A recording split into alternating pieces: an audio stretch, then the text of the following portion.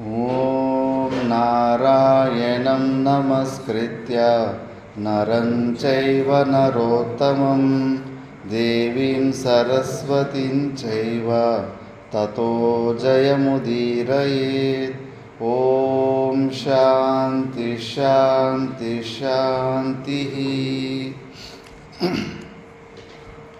ನಾವು ಮಹಾಭಾರತದ ವಿಚಾರ ಮಾಡ್ತಿದ್ವಿ. ಇದರಲ್ಲಿ ವನಪರ್ವದಲ್ಲಿ ನಾವು ವಿಚಾರ ಮಾಡ್ತಿದ್ವಿ. ಈ ವನಪರ್ವದಲ್ಲಿ ಪುಲಸ್ತ್ಯ ಮಹರ್ಷಿ ಭೀಷ್ಮನಿಗೆ ತೀರ್ಥಕ್ಷೇತ್ರಗಳ ಬಗ್ಗೆ ವರ್ಣನೆ ಮಾಡ್ತಾ ಇರೋದರಲ್ಲಿ ನಾವು ವಿಚಾರ ಮಾಡ್ತಿದ್ವಿ. ಸುಮಾರು ಭಾರತ ದೇಶದಲ್ಲಿ ಸುಮಾರು ತೀರ್ಥಕ್ಷೇತ್ರಗಳಿದ್ದಾವೆ. ಅದು ಓದೋದಕ್ಕೆ ಅಷ್ಟು ದೊಡ್ಡ ಲೆಂತಿಯಾಗಿದೆ. ಅಂದರೆ ಇನ್ನೆಲ್ಲ ಒಂದು ರೌಂಡ್ ಹಾಕಿ ಸುತ್ತಾಕಿ ಬರೋದಕ್ಕೆ ಒಂದು ಜನ್ಮ ಸಾಕಾಗೋದಿಲ್ಲ. ಅಷ್ಟೊಂದು ಪುಣ್ಯಕ್ಷೇತ್ರಗಳು, ತೀರ್ಥಕ್ಷೇತ್ರಗಳು ಭಾರತ ದೇಶದಲ್ಲಿದ್ದಾವೆ. ಮತ್ತು ಅದನ್ನೇ ಮತ್ತೆ ಯುಧಿಷ್ಠಿರನಿಗೆ ತೀರ್ಥಕ್ಷೇತ್ರಗಳ ಬಗ್ಗೆ ಸ್ವಲ್ಪ ಇಂಟ್ರೆಸ್ಟ್ ಬಂದು ಮತ್ತು ಧ್ಯೋಮ ಋಷಿಗಳನ್ನು ಇವುಗಳ ಬಗ್ಗೆ ಮತ್ತೆ ಇನ್ನೂ ಸ್ವಲ್ಪ ಕೇಳ್ತಾನೆ. ಇದಾದ ಮೇಲೆ ಲೋಮರ್ಷ, ಯಾಕಂದರೆ ವನಪರ್ವದಲ್ಲೆಲ್ಲ ಋಷಿಗಳ ಚರಿತ್ರೆನೇ ಹೆಚ್ಚು ಬರುತ್ತೆ. ಲೋಮರ್ಷಿ ಮಹರ್ಷಿಗಳ ಚರಿತ್ರೆ ಬರುತ್ತೆ. ಅದಾದ ಮೇಲೆ ಅಗಸ್ತ್ಯರ ವೃತಾಸುರನ ವಧೆ ಬಗ್ಗೆ ಚರಿತ್ರೆ ಬರುತ್ತೆ. ಮತ್ತು ಸಗರ ಮಹಾರಾಜನ ಬಗ್ಗೆ ಅವನ 60 ಜನ ಮಕ್ಕಳು ಕಪಿಲ ಮುನಿ ಕೋಪದಿಂದ ಸಾಯೋದು, ಭಗೀರಥನ ಆಗಮನ, ಇವೆಲ್ಲ ಸ್ಟೋರೀಸ್ ಬರ್ತವೆ. ಮತ್ತು ಅಗಸ್ತ್ಯರ ದೃಷ್ಟಾಂತ ಬರುತ್ತೆ. ಅಗಸ್ತ್ಯರ ದೃಷ್ಟಾಂತ ನಂತರ ಅಷ್ಟಾವಕ್ರದ್ದು, ಈಗ ತಾನೇ ಏನು ಅಷ್ಟಾವಕ್ರ ಗೀತೆ ನಾವು ಮುಗಿಸಿದ್ದು, ಅಷ್ಟಾವಕ್ರನ ಪೂರ್ಣ ಚರಿತ್ರೆ ಬರುತ್ತೆ. ಆ ಸಂವಾದದ ಫುಲ್ಲು ಡೀಟೇಲ್ ಮಹಾಭಾರತದಿಂದನೇ ಹೊರಗಡೆ ಬಂದಿರೋದು ಸ್ಟೋರಿ ಅದು. ಅವೆಲ್ಲ ಮತ್ತೆ ಬರ್ತವೆ. ಈಗ ಇನ್ನು ಪುಣ್ಯಕ್ಷೇತ್ರಗಳದ್ದು ಕೆಲವೊಂದು ಪೋರ್ಷನ್ ಮಿಕ್ಕಿದೆ. ಇವಾಗ ನಾರದರು ಡೈರೆಕ್ಟಾಗಿ ಯುಧಿಷ್ಠಿರನಿಗೆ ಕೆಲವೊಂದು ತೀರ್ಥಕ್ಷೇತ್ರಗಳ ಬಗ್ಗೆ ಹೇಳ್ತಾರೆ. ಗಂಗಾಸಾಗರ, ಅಯೋಧ್ಯ, ಚಿತ್ರಕೂಟ ಮತ್ತು ಗಂಗಾ ನದಿಯ ಮಹಿಮೆ ಬಗ್ಗೆ ಈಗ ವಿಚಾರ ಬರುತ್ತೆ. ನಾರದರು ಧರ್ಮಜನಿಗೆ ಹೇಳುತ್ತಾರೆ, ಯುಧಿಷ್ಠಿರ, ಪುಲಸ್ತ್ಯರು ಭೀಷ್ಮನಿಗೆ ಹೇಳಿದ ಪುಣ್ಯತೀರ್ಥಗಳ ಪ್ರವಚನವನ್ನು ಮುಂದುವರಿಸಿ ಹೇಳುತ್ತೇನೆ, ತದೇಕ ಚಿತ್ತನಾಗಿ ಕೇಳು. ಹಿಂದೆ ಹೇಳಿದಂತೆ ಲಲಿತಿಕಾ ಕ್ಷೇತ್ರದ ತೀರ್ಥಯಾತ್ರೆಯನ್ನು ಮುಗಿಸಿಕೊಂಡು ಮುಂದೆ ಯಾತ್ರಿಕನು ಸಂಧ್ಯಾ ಕ್ಷೇತ್ರಕ್ಕೆ ಹೋಗಿ ಅಲ್ಲಿರುವ ಉತ್ತಮೋತ್ತಮವಾದ ಸಂವೇದ್ಯ ತೀರ್ಥದಲ್ಲಿ ಸ್ನಾನ ಮಾಡುವುದರಿಂದ ವಿದ್ಯಾಲಾಭವನ್ನು ಪಡೆಯುತ್ತಾನೆ. ಇದರಲ್ಲಿ ಯಾವ ಸಂಶಯವೂ ಇಲ್ಲ.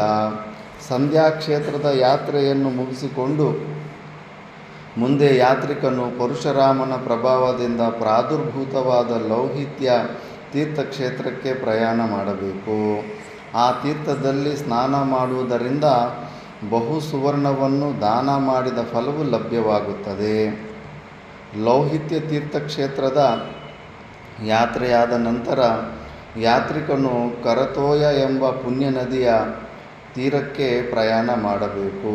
ಆ ನದಿಯ ತೀರದಲ್ಲಿ 3 ದಿವಸಗಳು ಅನುಷ್ಠಾನಪರನಾಗಿ ಉಪವಾಸದಿಂದ ಕಳೆದಲ್ಲಿ ಅಶ್ವಮೇಧ ಯಾಗ ಮಾಡಿದ ಫಲವು ಲಭ್ಯವಾಗುವುದೆಂದು ಬ್ರಹ್ಮನೇ ನಿಯಮ ಮಾಡಿರುವನು. ಕರತೋಯ ನದಿಯಲ್ಲಿ ಸ್ನಾನಾನುಷ್ಠಾನಗಳನ್ನು ಮುಗಿಸಿಕೊಂಡು ಮುಂದೆ ಗಂಗಾಸಾಗರ ಸಂಗಮ ಸ್ಥಾನಕ್ಕೆ ಪ್ರಯಾಣ ಮಾಡಬೇಕು. ಗಂಗಾಸಾಗರ ಸಂಗಮದಲ್ಲಿ ಸ್ನಾನ ಮಾಡುವುದರಿಂದ 10 ಅಶ್ವಮೇಧ ಯಾಗಗಳನ್ನು ಮಾಡಿದ ಫಲವು ಲಭ್ಯವಾಗುವುದೆಂದು ತಿಳಿದವರು ಹೇಳುತ್ತಾರೆ. ಗಂಗಾ ನದಿಯನ್ನು ದಾಟಿ ಆಚೆಯ ತೀರ ಪ್ರದೇಶದಲ್ಲಿ ಸ್ನಾನ ಮಾಡಿ ಕರ್ಮಾನುಷ್ಠಾನಗಳನ್ನು ಮಾಡುತ್ತಾ 3 ರಾತ್ರಿಗಳನ್ನು ಕಳೆಯುವವನು ಸಕಲ ಪಾಪಗಳಿಂದಲೂ ವಿಮುಕ್ತನಾಗುತ್ತಾನೆ. ಗಂಗಾ ನದಿಯ ಯಾತ್ರೆಯನ್ನು ಮುಗಿಸಿಕೊಂಡ ನಂತರ ವೈತರಣಿ ನದಿಯ ತೀರಕ್ಕೆ ಪ್ರಯಾಣ ಮಾಡಬೇಕು. ವೈತರಣಿ ನದಿಯಲ್ಲಿ ಸ್ನಾನ ಮಾಡುವುದರಿಂದ ಸಕಲ ಪಾಪಗಳು ಪರಿಹಾರವಾಗುವವು. ಅಲ್ಲಿಂದ ಮುಂದೆ ವಿರಜ ತೀರ್ಥಕ್ಕೆ ಪ್ರಯಾಣ ಮಾಡಬೇಕು. ಆ ತೀರ್ಥದಲ್ಲಿ ಸ್ನಾನ ಮಾಡುವುದರಿಂದ ಯಾತ್ರಿಕನು ಶಶಿಯಂತೆ ವಿರಾಜಮಾನನಾಗುತ್ತಾನೆ. ಯಾತ್ರಿಕನ ವಂಶವು ಉದ್ಧಾರವಾಗುತ್ತದೆ ಮತ್ತು ಯಾತ್ರಿಕನು ಸಕಲ ಪಾಪಗಳಿಂದಲೂ ವಿಮುಕ್ತನಾಗುತ್ತಾನೆ. 1,000 ಗೋವುಗಳನ್ನು ದಾನ ಮಾಡಿದ ಪುಣ್ಯವು ಲಭ್ಯವಾಗುತ್ತದೆ. ವಿರಜತೀರ್ಥ ಕ್ಷೇತ್ರದ ಯಾತ್ರೆಯನ್ನು ಮುಗಿಸಿಕೊಂಡು ಮುಂದೆ ಶೋಣ ಮತ್ತು ಜ್ಯೋತಿರತ್ಯ ನದಿಗಳ ಸಂಗಮ ಸ್ಥಾನಕ್ಕೆ ಪ್ರಯಾಣ ಮಾಡಬೇಕು. ಎಷ್ಟು ನದಿಗಳಿದ್ದಾವೆ ಭಾರತ ದೇಶದಲ್ಲಿ. ಕೇರಳದಲ್ಲೇ ಎಷ್ಟೋ ನದಿಗಳಿರ್ತವೆ. ಎಷ್ಟು ನದಿಗಳಿರ್ಬೋದು ಕೇರಳದಲ್ಲಿ? ಅಂದಾಜು 300 ಮೇಲೆ ಇದ್ದಾವೆ. 300 ಚಿಲ್ಲರೆ ನದಿಗಳು ಕೇರಳ ಸ್ಟೇಟಲ್ಲೇ ಇದ್ದಾವೆ. ಸಣ್ಣ ಸಣ್ಣ ಇಷ್ಟಿಷ್ಟು ಅಗಲ ಹೋಗುವಂಥ ಅದನ್ನು ನದಿನೇ, ಅದಕ್ಕೂ ಒಂದು ಹೆಸರಿರುತ್ತೆ. ಅದು ಕೂಡ ಜೀವ ನದಿನೇ. ಬೆಟ್ಟ ಗುಡ್ಡಗಳಲ್ಲಿ ಸುಮಾರು ನದಿಗಳಿರ್ತವೆ. ಇಲ್ಲಿ ಮಹಾಭಾರತ ಓದ್ತಾ ಇದ್ದರೆ ಇಷ್ಟೊಂದು ನದಿಗಳ ಹೆಸರು ಇವೆಲ್ಲ ಎಲ್ಲಿ ಹೋಗಿ ಹುಡುಕಬೇಕೋ ಗೊತ್ತಿಲ್ಲ. ಆ ತೀರ್ಥದಲ್ಲಿ ಸ್ನಾನ ಮಾಡುವುದರಿಂದ ಯಾತ್ರಿಕನು ಶಶಿಯಂತೆ ವಿರಾಜಮಾನನಾಗುತ್ತಾನೆ. ಯಾತ್ರಿಕನ ವಂಶವು ಉದ್ಧಾರವಾಗುತ್ತದೆ ಮತ್ತು ಯಾತ್ರಿಕನು ಸಕಲ ಪಾಪಗಳಿಂದಲೂ ವಿಮುಕ್ತನಾಗುತ್ತಾನೆ. 1,000 ಗೋವುಗಳನ್ನು ದಾನ ಮಾಡಿದ ಪುಣ್ಯವು ಲಭ್ಯವಾಗುತ್ತದೆ. ಅದಕ್ಕೆ ಈ ತಾತ ಮುತ್ತಾತರೆಲ್ಲ ಎಲ್ಲೇ ಹೋಗಲಿ ಸ್ನಾನ ಮಾತ್ರ ಮಾಡೋದಕ್ಕೆ ಫಸ್ಟ್ ಹುಡುಕ್ಬಿಡ್ತಾರೆ. ಯಾವುದೇ ಸಣ್ಣ ನದಿ ಕಾಣಿಸ್ಲಿ ಸ್ನಾನ ಮಾಡಿ, ಇಲ್ಲ ಸ್ವಲ್ಪ ನೀರಾದರೂ ತಲೆ ಮೇಲೆ ಹಿಂಗೆ ಹಾಕ್ಕೊಂಡು ಅರ್ಧ ಕಾಕ ಸ್ನಾನ ಮಾಡಿಬಿಡ್ತಾರೆ. ಯಾಕಂದರೆ ಇಷ್ಟೊಂದೆಲ್ಲ ಪುಣ್ಯಗಳು ಸಿಗುತ್ತೆ ಅಂತ. ವಿರಜತೀರ್ಥ ಕ್ಷೇತ್ರದ ಯಾತ್ರೆಯನ್ನು ಮುಗಿಸಿಕೊಂಡು ಮುಂದೆ ಶೋಣ ಮತ್ತು ಜ್ಯೋತಿರತ್ಯ ನದಿಗಳ ಸಂಗಮ ಸ್ಥಾನಕ್ಕೆ ಪ್ರಯಾಣ ಮಾಡಬೇಕು. ಆ ಸಂಗಮ ಸ್ಥಾನದಲ್ಲಿ ಸ್ನಾನ ಮಾಡಿ ಶುಚಿಭೂತನಾಗಿ ದೇವಪಿತೃಗಳನ್ನು ಅರ್ಚಿಸುವವನು ಅಗ್ನಿಷ್ಠೋಮ ಯಾಗ ಮಾಡಿದ ಫಲವನ್ನು ಪಡೆಯುತ್ತಾನೆ. ಅಲ್ಲಿಂದ ಮುಂದೆ ಶೋಣ ಮತ್ತು ನರ್ಮದಾ ನದಿಗಳ ಮೂಲಸ್ಥಾನವಾದ ವಂಶಗುಲ್ಮವೆಂಬ ಪುಣ್ಯಕ್ಷೇತ್ರಕ್ಕೆ ಪ್ರಯಾಣ ಮಾಡಬೇಕು. ಅಮರಕಂಟಕ್ ಹೆಚ್ಚು ಕಡಿಮೆ. ವಂಶಗುಲ್ಮ ತೀರ್ಥದಲ್ಲಿ ಸ್ನಾನ ಮಾಡುವುದರಿಂದ ಅಶ್ವಮೇಧ ಯಾಗವನ್ನು ಮಾಡಿದ ಫಲವು ಲಭ್ಯವಾಗುತ್ತದೆ. ಅಲ್ಲಿಂದ ಮುಂದೆ ಅಯೋಧ್ಯೆಯಲ್ಲಿರುವ ಋಷಭ ತೀರ್ಥಕ್ಕೆ ಪ್ರಯಾಣ ಮಾಡಬೇಕು. ಆ ಋಷಭ ತೀರ್ಥದಲ್ಲಿ ಸ್ನಾನ ಮಾಡಿ ಅನುಷ್ಠಾನಪರನಾಗಿ 3 ರಾತ್ರಿಗಳು ಉಪವಾಸದಿಂದ ಕಳೆಯುವುದರಿಂದ ವಾಜಪೇಯ ಯಾಗವನ್ನು ಮಾಡಿದ ಮತ್ತು 1000 ಗೋವುಗಳನ್ನು ದಾನ ಮಾಡಿದ ಫಲವು ಲಭ್ಯವಾಗುವುದಲ್ಲದೆ ಯಾತ್ರಿಕನ ವಂಶವು ಉದ್ಧಾರವಾಗುತ್ತದೆ. ಅಲ್ಲಿಂದ ಮುಂದೆ ಅದೇ ಕೋಸಲ ಕ್ಷೇತ್ರದಲ್ಲಿರುವ ಕಾಲತೀರ್ಥಕ್ಕೆ ಪ್ರಯಾಣ ಮಾಡಬೇಕು. ಆ ಪುಣ್ಯತೀರ್ಥದಲ್ಲಿ ಸ್ನಾನ ಮಾಡುವುದರಿಂದ 11 ವೃಷಭಗಳನ್ನು ದಾನ ಮಾಡಿದ ಪುಣ್ಯವು ಲಭ್ಯವಾಗುತ್ತದೆ. ಅಲ್ಲಿಂದ ಮುಂದೆ ಪುಷ್ಪವತಿ ಎಂಬ ತೀರ್ಥಕ್ಷೇತ್ರಕ್ಕೆ ಪ್ರಯಾಣ ಮಾಡಬೇಕು.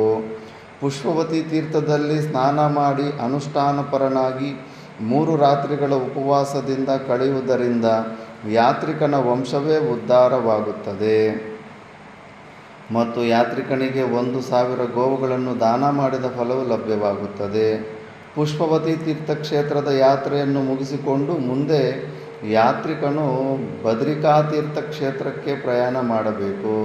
ಬದರಿಕಾ ತೀರ್ಥದಲ್ಲಿ ಸ್ನಾನ ಮಾಡುವುದರಿಂದ ದೀರ್ಘಾಯುಷ್ಯು ಉಂಟಾಗುತ್ತದೆ ಮತ್ತು ಅವಸಾನಾನಂತರದಲ್ಲಿ ಸ್ವರ್ಗಲೋಕವೂ ಪ್ರಾಪ್ತವಾಗುತ್ತದೆ. ಅನಂತರ ಚಂಪಾ ಕ್ಷೇತ್ರದಲ್ಲಿರುವ ಭಾಗೀರಥಿ ನದಿಯಲ್ಲಿ ತರ್ಪಣ ಮಾಡಿ ದಂಡಕ್ಷೇತ್ರಕ್ಕೆ ಹೋಗುವುದರಿಂದ 1000 ಗೋವುಗಳನ್ನು ದಾನ ಮಾಡಿದ ಫಲವು ಲಭಿಸುತ್ತದೆ. ಬಳಿಕ ಪುಣ್ಯಶೋಭಿತವಾದ ಲಪೇಟಿಕಾ ತೀರ್ಥದಲ್ಲಿ ಸ್ನಾನ ಮಾಡುವುದರಿಂದ ವಾಜಪೇಯ ಯಾಗದ ಫಲವು ಲಭಿಸುತ್ತದೆ ಮತ್ತು ಯಾತ್ರಿಕನು ಸರ್ವದೇವತೆಗಳಿಂದಲೂ ಪೂಜ್ಯನಾಗುತ್ತಾನೆ.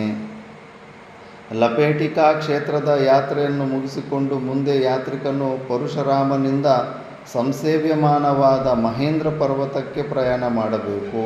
ಅಸ್ಸಾಂ. ಮಹೇಂದ್ರ ಪರ್ವತದಲ್ಲಿರುವ ಪುಣ್ಯತಮವಾದ ರಾಮತೀರ್ಥದಲ್ಲಿ ಸ್ನಾನ ಮಾಡುವುದರಿಂದ ಅಶ್ವಮೇಧ ಯಾಗವನ್ನು ಮಾಡಿದ ಫಲವು ಲಭ್ಯವಾಗುತ್ತದೆ.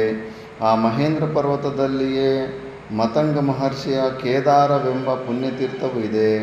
ಆ ಪುಣ್ಯತೀರ್ಥದಲ್ಲಿ ಸ್ನಾನ ಮಾಡುವುದರಿಂದ 1000 ಗೋವುಗಳನ್ನು ದಾನ ಮಾಡಿದ ಪುಣ್ಯವು ಲಭ್ಯವಾಗುತ್ತದೆ. ಮಹೇಂದ್ರ ಪರ್ವತದ ಯಾತ್ರೆಯನ್ನು ಮುಗಿಸಿಕೊಂಡು ಮುಂದೆ ಯಾತ್ರಿಕನು ಶ್ರೀಶೈಲಕ್ಕೆ, ಮಹೇಂದ್ರ ಪರ್ವತ ಅಂದರೆ ಅಲ್ಲಿಂದ ಡೈರೆಕ್ಟ್ ಶ್ರೀಶೈಲಕ್ಕೆ ಪ್ರಯಾಣ ಮಾಡಬೇಕು. ಆ ಶ್ರೀಶೈಲದಲ್ಲಿರುವ ಪುಣ್ಯ ನದಿಯಲ್ಲಿ ಸ್ನಾನ ಮಾಡಿ ಅಲ್ಲಿರುವ ಪರಶಿವಮೂರ್ತಿಯನ್ನು ಆರಾಧಿಸುವುದರಿಂದ ಅಶ್ವಮೇಧ ಯಾಗವನ್ನು ಮಾಡಿದ ಫಲವು ಲಭ್ಯವಾಗುತ್ತದೆ. ನೋಡು, ಶ್ರೀಶೈಲ ಕ್ಷೇತ್ರದ ಬಗ್ಗೆ ಮಹಾಭಾರತದಲ್ಲಿ ವರ್ಣನೆ ಇದೆ. ಅದು ಈಗ ನಾವು ನೀವು ಅಂದ್ಕೊಂಡಿರೋ ಪುಣ್ಯಕ್ಷೇತ್ರ ಅಲ್ಲ. ಆಗ ಮಹಾಭಾರತದಲ್ಲಿ ಅಂದರೆ ದ್ವಾಪರ ಯುಗಕ್ಕಿಂತಲೂ ಮುಂಚೆನೇ ಅದರ ಅಸ್ತಿತ್ವವಿದೆ ಶ್ರೀಶೈಲದಲ್ಲಿ. ಶ್ರೀಶೈಲದ ಶಿಖರದಲ್ಲಿ ಪಾರ್ವತಿ ಸಮೇತನಾದ ಪರಮೇಶ್ವರನ ದಿವ್ಯ ಸಾನ್ನಿಧ್ಯವಿದೆ. ಬ್ರಹ್ಮ ಸಮೇತರಾದ ಸಕಲ ದೇವತೆಗಳು ಸದಾಕಾಲದಲ್ಲಿಯೂ ಅಲ್ಲಿರುತ್ತಾರೆ. ಅಲ್ಲಿರುವ ದೇವಕುಂಡದಲ್ಲಿ ಮಾತಾ ಮಾಣಿಕೇಶ್ವರಮ್ಮನ ಯಾರೋ ಭಕ್ತರು ಕೇಳಿದ್ರೆ ಹೆಚ್ಚು ಸಾಧಕರು ಹಿಮಾಲಯದ ನಂತರ ಶ್ರೀಶೈಲದಲ್ಲಿ ಹೆಚ್ಚಿರ್ತಾರೆ. ಶ್ರೀಶೈಲದಲ್ಲೇ ಹೆಚ್ಚು ಸಾಧಕರು ಇರ್ತಾರಂತೆ. ನಮಗೆ ನೋಡೋಕ್ಕೆ ಸಿಗಲ್ಲ, ಅಷ್ಟೇ ಕಣ್ಣಿಗೆ ಕಾಣಿಸಲ್ಲ.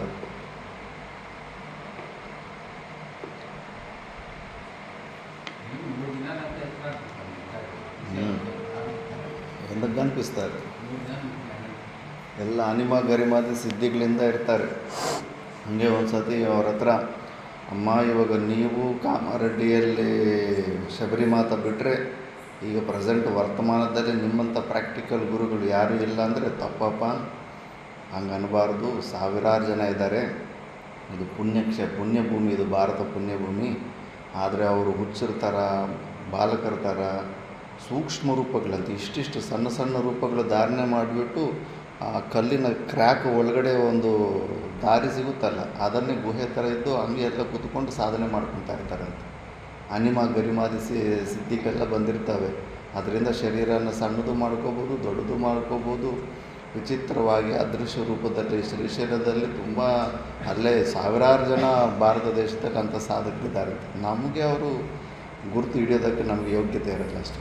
ನಮ್ಮಲ್ಲಿ ಶಿಷ್ಯತ್ವ ಪೂರ್ಣ ಆದಾಗ ಅದಕ್ಕೆ ತಕ್ಕಂಥ ಗುರು ರೆಡಿ ಆಗಿಬಿಡ್ತಾನೆ, ಹೋಮ್ ಡೆಲಿವರಿ ಆಗಿಬಿಡ್ತಾನೆ. ಫಸ್ಟು ನಮ್ಮಲ್ಲಿ ಅಷ್ಟೊಂದು ಯೋಗ್ಯವಾದಂಥ ಶಿಷ್ಯತ್ವ ರೆಡಿ ಆಗಬೇಕು. ರಾಮಕೃಷ್ಣ ಪರಮಹಂಸರು ಎಲ್ಲಿ ಹುಡ್ಕೊಂಡೋದು, ಗುರುಗಳೇ ಅವ್ರ ಹತ್ರ ಅವ್ರು ಬಂದುಬಿಟ್ರು. ಆ ಥರ ಅಲ್ಲಿರುವ ದೇವಕುಂಡದಲ್ಲಿ ಏಕಾಗ್ರಚಿತ್ತನಾಗಿ ಸ್ನಾನ ಮಾಡುವುದರಿಂದ ಅಶ್ವಮೇಧ ಯಾಗವನ್ನು ಮಾಡಿದ ಪುಣ್ಯವು ಲಭ್ಯವಾಗುತ್ತದೆ ಮತ್ತು ಸಕಲ ಸಿದ್ಧಿಗಳು ಉಂಟಾಗುತ್ತವೆ. ಶ್ರೀಶೈಲದ ತೀರ್ಥಯಾತ್ರೆಯನ್ನು ಮುಗಿಸಿಕೊಂಡು ಮುಂದೆ ಪಾಂಡ್ಯ ದೇಶದಲ್ಲಿರುವ ಋಷಭ ಪರ್ವತಕ್ಕೆ ಪ್ರಯಾಣ ಮಾಡಬೇಕು. ತಮಿಳುನಾಡು ಅನಿಸುತ್ತೆ ಪಾಂಡ್ಯ ದೇಶ ಅಂದರೆ. ಋಷಭ ಪರ್ವತದ ಯಾತ್ರೆಯಿಂದ ವಾಜಪೇಯಿ ಯಾಗ ಮಾಡಿದ ಫಲವು ಲಭ್ಯವಾಗುತ್ತದೆ ಮತ್ತು ಅವಸಾನ ನಂತರದಲ್ಲಿ ಸ್ವರ್ಗ ಸುಖವು ಲಭಿಸುತ್ತದೆ. ಋಷಭ ಪರ್ವತದ ಯಾತ್ರೆಯನ್ನು ಮುಗಿಸಿಕೊಂಡು ಅಪ್ಸರೆಯರಿಂದ ಸಂಸೇವ್ಯಮಾನವಾದ ಕಾವೇರಿ ನದಿ ತೀರಕ್ಕೆ ಪ್ರಯಾಣ ಮಾಡಬೇಕು. ಆ ಪುಣ್ಯ ನದಿಯಲ್ಲಿ ಸ್ನಾನ ಮಾಡುವುದರಿಂದ ಸಹಸ್ರ ಗೋವುಗಳನ್ನು ದಾನ ಮಾಡಿದ ಫಲವು ಲಭ್ಯವಾಗುತ್ತದೆ. ಎಷ್ಟು ಚೆನ್ನಾಗಿದೆ ನೋಡಿ ನಮ್ಮ ಭಾರತ ದೇಶದ ಚರಿತ್ರೆ. ಮಹಾಭಾರತ ಯಾವಾಗ ದ್ವಾಪರ ಯುಗದ ಅಂತಿಮದಲ್ಲಿ ಆವಾಗಲೇ ಇದು ರೆಡಿ ಆಗಿಬಿಟ್ಟಿತ್ತು. ಆವಾಗಲೇ ಈ ನದಿಗಳ ಹೆಸರು, ತೀರ್ಥಕ್ಷೇತ್ರಗಳು, ಎಷ್ಟು ಇನ್ನೇನು ಪ್ರೂಫ್ ಬೇಕು. ಆ ಪ್ರಪಂಚದಲ್ಲಿ ಈಗ ಬಂದ್ಬಿಟ್ಟು ಅವರು ನಾವೇ ಬುದ್ಧಿವಂತರು, ನಾವೇ ಎಲ್ಲ ಕಂಡುಹಿಡಿದಿದ್ದೀವಿ, ನಾವೇ ಏನೋ ಮಾಡ್ತಿದ್ದೀವಿ ಅಂತ. ಅವರೆಲ್ಲ ಇನ್ನೂ ಬಟ್ಟೆ ಹಾಕ್ಕೊಡೋದು ಕೂಡ ಗೊತ್ತಿರಲಿಲ್ಲ ಅವ್ರಿಗೆ. ಅಂಥ ಸಮಯದಲ್ಲಿ ನಮ್ದು ಇಷ್ಟೊಂದು ದಿವ್ಯವಾದಂಥ ಚರಿತ್ರೆ ಇತ್ತು ಭಾರತ ದೇಶದ್ದು. ಎಷ್ಟು ಸ್ಪಷ್ಟವಾಗಿದ್ದಾವೆ ನೋಡಿ ಇವೆಲ್ಲ. ಮತ್ತು ಆ ಪುಣ್ಯ ನದಿಯಲ್ಲಿ ಸ್ನಾನ ಮಾಡುವುದರಿಂದ ಸಹಸ್ರ ಗೋವುಗಳನ್ನು ದಾನ ಮಾಡಿದ ಫಲವು ಲಭ್ಯವಾಗುತ್ತದೆ.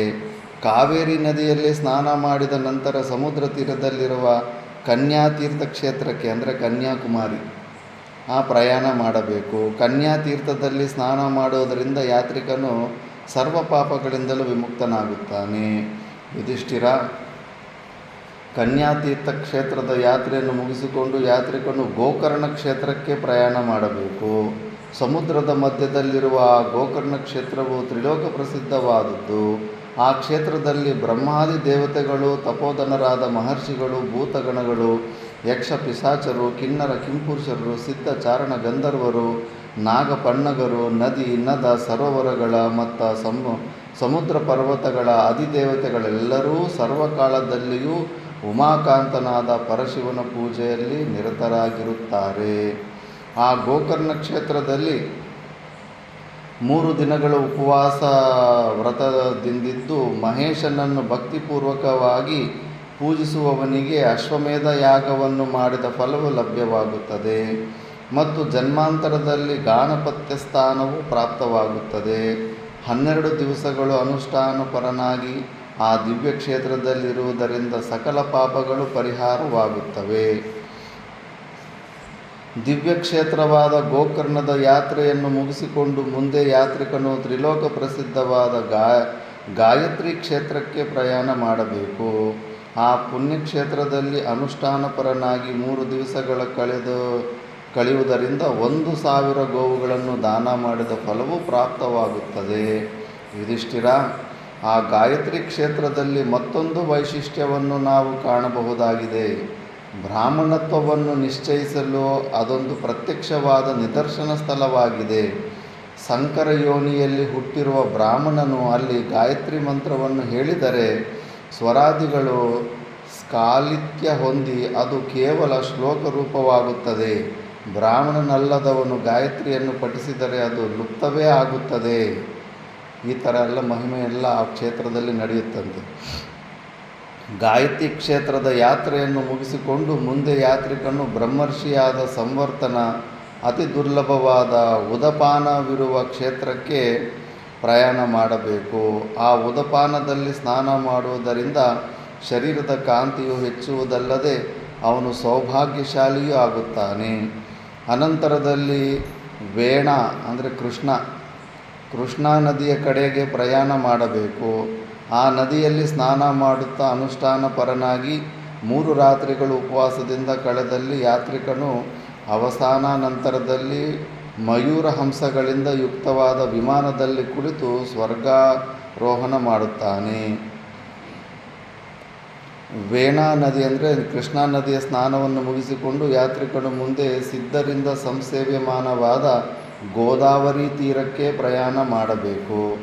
ಆ ಪುಣ್ಯ ನದಿಯಲ್ಲಿ ಸ್ನಾನ ಮಾಡುವುದರಿಂದ ಗೋಮೇಧ ಯಾಗವನ್ನು ಮಾಡಿದ ಫಲವು ಲಭ್ಯವಾಗುತ್ತದೆ ಮತ್ತು ಅವಸಾನ ನಂತರದಲ್ಲಿ ವಾಸುಕಿಯ ಲೋಕವು ಸಿಕ್ಕುತ್ತದೆ.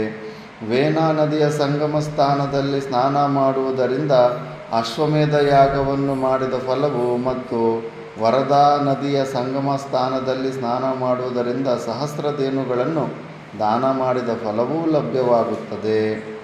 ಗೋದಾವರಿ ಕ್ಷೇತ್ರದ ಯಾತ್ರೆಯನ್ನು ಮುಗಿಸಿಕೊಂಡು ಮುಂದೆ ಯಾತ್ರಿಕನು ಬ್ರಹ್ಮಸ್ಥಾನ ಕ್ಷೇತ್ರಕ್ಕೆ ಪ್ರಯಾಣ ಮಾಡಬೇಕು. ಈ ದಿವ್ಯ ಕ್ಷೇತ್ರದಲ್ಲಿ 3 ರಾತ್ರಿಗಳು ನಿಯಮಾನುಷ್ಠಾನದಿಂದಿದ್ದು ಉಪವಾಸ ಮಾಡುವುದರಿಂದ ಸಹಸ್ರ ಗೋವುಗಳನ್ನು ದಾನ ಮಾಡಿದ ಫಲವು ಲಭ್ಯವಾಗುತ್ತದೆ ಮತ್ತು ಅವಸಾನ ನಂತರದಲ್ಲಿ ಸ್ವರ್ಗಲೋಕವೂ ಲಭಿಸುತ್ತದೆ. ಅಲ್ಲಿಂದ ಮುಂದೆ ಕುಶಪ್ಲವನ ತೀರ್ಥಕ್ಷೇತ್ರಕ್ಕೆ ಪ್ರಯಾಣ ಮಾಡಬೇಕು. ಆ ತೀರ್ಥದಲ್ಲಿ ಸ್ನಾನ ಮಾಡುತ್ತಾ ಬ್ರಹ್ಮಚರ್ಯ ವ್ರತನಿಷ್ಠನಾಗಿ ಜಿತೇಂದ್ರಿಯನಾಗಿ ಅನುಷ್ಠಾನಪರನಾಗಿ 3 ರಾತ್ರಿಗಳನ್ನು ಆ ಕ್ಷೇತ್ರದಲ್ಲಿ ಕಳೆಯುವುದರಿಂದ ಅಶ್ವಮೇಧ ಯಾಗ ಮಾಡಿದ ಫಲವು ಲಭ್ಯವಾಗುತ್ತದೆ. ಅನಂತರದಲ್ಲಿ ಪರಮ ಪವಿತ್ರವಾದ ಕೃಷ್ಣವೇಣಾ ನದಿಯ ನೀರಿನಿಂದ ಉದ್ಭೂತವಾದ ರಮ್ಯವಾದ ಕಾಡಿನಲ್ಲಿರುವ ದೇವಹ್ರದದಲ್ಲಿಯೂ ಮತ್ತು ಅದರ ಸಮೀಪದಲ್ಲಿರುವ ಜಾತಿಸ್ಮರ ಹ್ರದದಲ್ಲಿಯೂ ಸ್ನಾನ ಮಾಡುವುದರಿಂದ ಜನ್ಮಾಂತರದ ಸ್ಮರಣೆಯುಂಟಾಗುತ್ತದೆ. ಅಂಥ ಬಾವಿಗಳು ಇದೆ, ಅಂಥ ಕ್ಷೇತ್ರಗಳಿದೆ. ಸ್ನಾನ ಮಾಡಿದ್ರೆ ಪೂರ್ವ ಜನ್ಮಗಳೆಲ್ಲ ಗುರುತು ಬಂದ್ಬಿಡ್ತಾವಂತೆ, ಏನೇನು ಮಾಡಿದ್ವಿ, ಯಾರಾಗಿದ್ದೆವು. ಆ ಪವಿತ್ರ ಕ್ಷೇತ್ರದಲ್ಲಿಯೇ ದೇವೇಂದ್ರನು 100 ಅಶ್ವಮೇಧ ಯಾಗಗಳನ್ನು ಮಾಡಿ ಶತಕ್ರತುವೆಂಬ ಹೆಸರು ಪಡೆದು ಸ್ವರ್ಗಲೋಕಕ್ಕೆ ತೆರಳಿದನು. ಯುಧಿಷ್ಠಿರ, ಆ ಪುಣ್ಯಸ್ಥಳಕ್ಕೆ ಪ್ರವೇಶ ಮಾಡುವುದರಿಂದಲೇ ಅಗ್ನಿಷ್ಠೋಮ ಯಾಗವನ್ನು ಮಾಡಿದ ಫಲವು ಲಭ್ಯವಾಗುತ್ತದೆ. ಆ ಕ್ಷೇತ್ರದಲ್ಲಿಯೇ ಸರ್ವದೇವಹ್ರದವೆಂಬ ಮತ್ತೊಂದು ತೀರ್ಥವಿದೆ. ಆ ತೀರ್ಥದಲ್ಲಿ ಸ್ನಾನ ಮಾಡುವುದರಿಂದ ಸಹಸ್ರ ಗೋವುಗಳನ್ನು ದಾನ ಮಾಡಿದ ಫಲವು ಲಭ್ಯವಾಗುತ್ತದೆ. ಅಲ್ಲಿಂದ ಮುಂದೆ ಮಹಾಪುಣ್ಯವತಿಯಾದ ಪಯೋಷ್ಣಿ ಸರಿತ್ತಿಗೆ ಪ್ರಯಾಣ ಮಾಡಬೇಕು. ಆ ನದಿಯಲ್ಲಿ ಸ್ನಾನ ಮಾಡಿ ದೇವಪಿತೃಗಳನ್ನು ಯಥಾವಿಧಿಯಾಗಿ ಪೂಜಿಸುವವನು ಸಹಸ್ರ ಗೋವುಗಳನ್ನು ದಾನ ಮಾಡಿದ ಫಲವನ್ನು ಪಡೆಯುತ್ತಾನೆ. ಅಲ್ಲಿಂದ ಮುಂದೆ ಯಾತ್ರಿಕನು ಸುಪ್ರಸಿದ್ಧವಾದ ದಂಡಕಾರಣ್ಯಕ್ಕೆ ಪ್ರಯಾಣ ಮಾಡಿ ಅಲ್ಲಿರುವ ಪುಣ್ಯತೀರ್ಥಗಳಲ್ಲಿ ಸ್ನಾನ ಮಾಡಬೇಕು. ಅದರಿಂದ ಸಹಸ್ರ ಗೋವುಗಳನ್ನು ದಾನ ಮಾಡಿದ ಪುಣ್ಯವು ಲಭ್ಯವಾಗುತ್ತದೆ. ಅಲ್ಲಿಂದ ಮುಂದೆ ಶರಭಂಗಾಶ್ರಮಕ್ಕೂ ಮತ್ತು ಶುಕಾಶ್ರಮಕ್ಕೂ ಪ್ರಯಾಣ ಮಾಡಬೇಕು. ಆ ಪುಣ್ಯಕ್ಷೇತ್ರಗಳ ಯಾತ್ರೆಯಿಂದ ಮಾನವನಿಗೆ ದುರ್ಗತಿಯುಂಟಾಗುವುದಿಲ್ಲ ಮತ್ತು ಯಾತ್ರಿಕನ ಕುಲವೂ ಪಾವನವಾಗುತ್ತದೆ. ಯಾತ್ರಿಕನು ಅಲ್ಲಿಂದ ಮುಂದೆ ಜಮದಗ್ನಿಯ ಮಗನಾದ ಪರಶುರಾಮನ ಆಶ್ರಮ ಭೂಮಿಯಾಗಿದ್ದ ಶೂರ್ಪಾರ ಕ್ಷೇತ್ರಕ್ಕೆ ಪ್ರಯಾಣ ಮಾಡಬೇಕು. ಅಲ್ಲಿರುವ ರಾಮತೀರ್ಥದಲ್ಲಿ ಸ್ನಾನ ಮಾಡುವುದರಿಂದ ಬಹು ಸುವರ್ಣವನ್ನು ದಾನ ಮಾಡಿದ ಫಲವು ಲಭ್ಯವಾಗುತ್ತದೆ. ಆ ಕ್ಷೇತ್ರದಲ್ಲಿಯೇ ಇರುವ ಸಪ್ತ ಗೋದಾವರಿ ತೀರ್ಥದಲ್ಲಿ ನಿಯತಾಹಾರನಾಗಿ ಅನುಷ್ಠಾನಪರನಾಗಿ ಸ್ನಾನ ಮಾಡುವುದರಿಂದ ಯಾತ್ರಿಕನು ಮಹಾಪುಣ್ಯವನ್ನು ಪಡೆಯುತ್ತಾನೆ ಮತ್ತು ಅವಸಾನ ನಂತರದಲ್ಲಿ ದೇವಲೋಕಕ್ಕೆ ಹೋಗುತ್ತಾನೆ. ಅಲ್ಲಿಂದ ಮುಂದೆ ಯಾತ್ರಿಕನು ದೇವಪಥ ಕ್ಷೇತ್ರಕ್ಕೆ ಪ್ರಯಾಣ ಮಾಡಬೇಕು.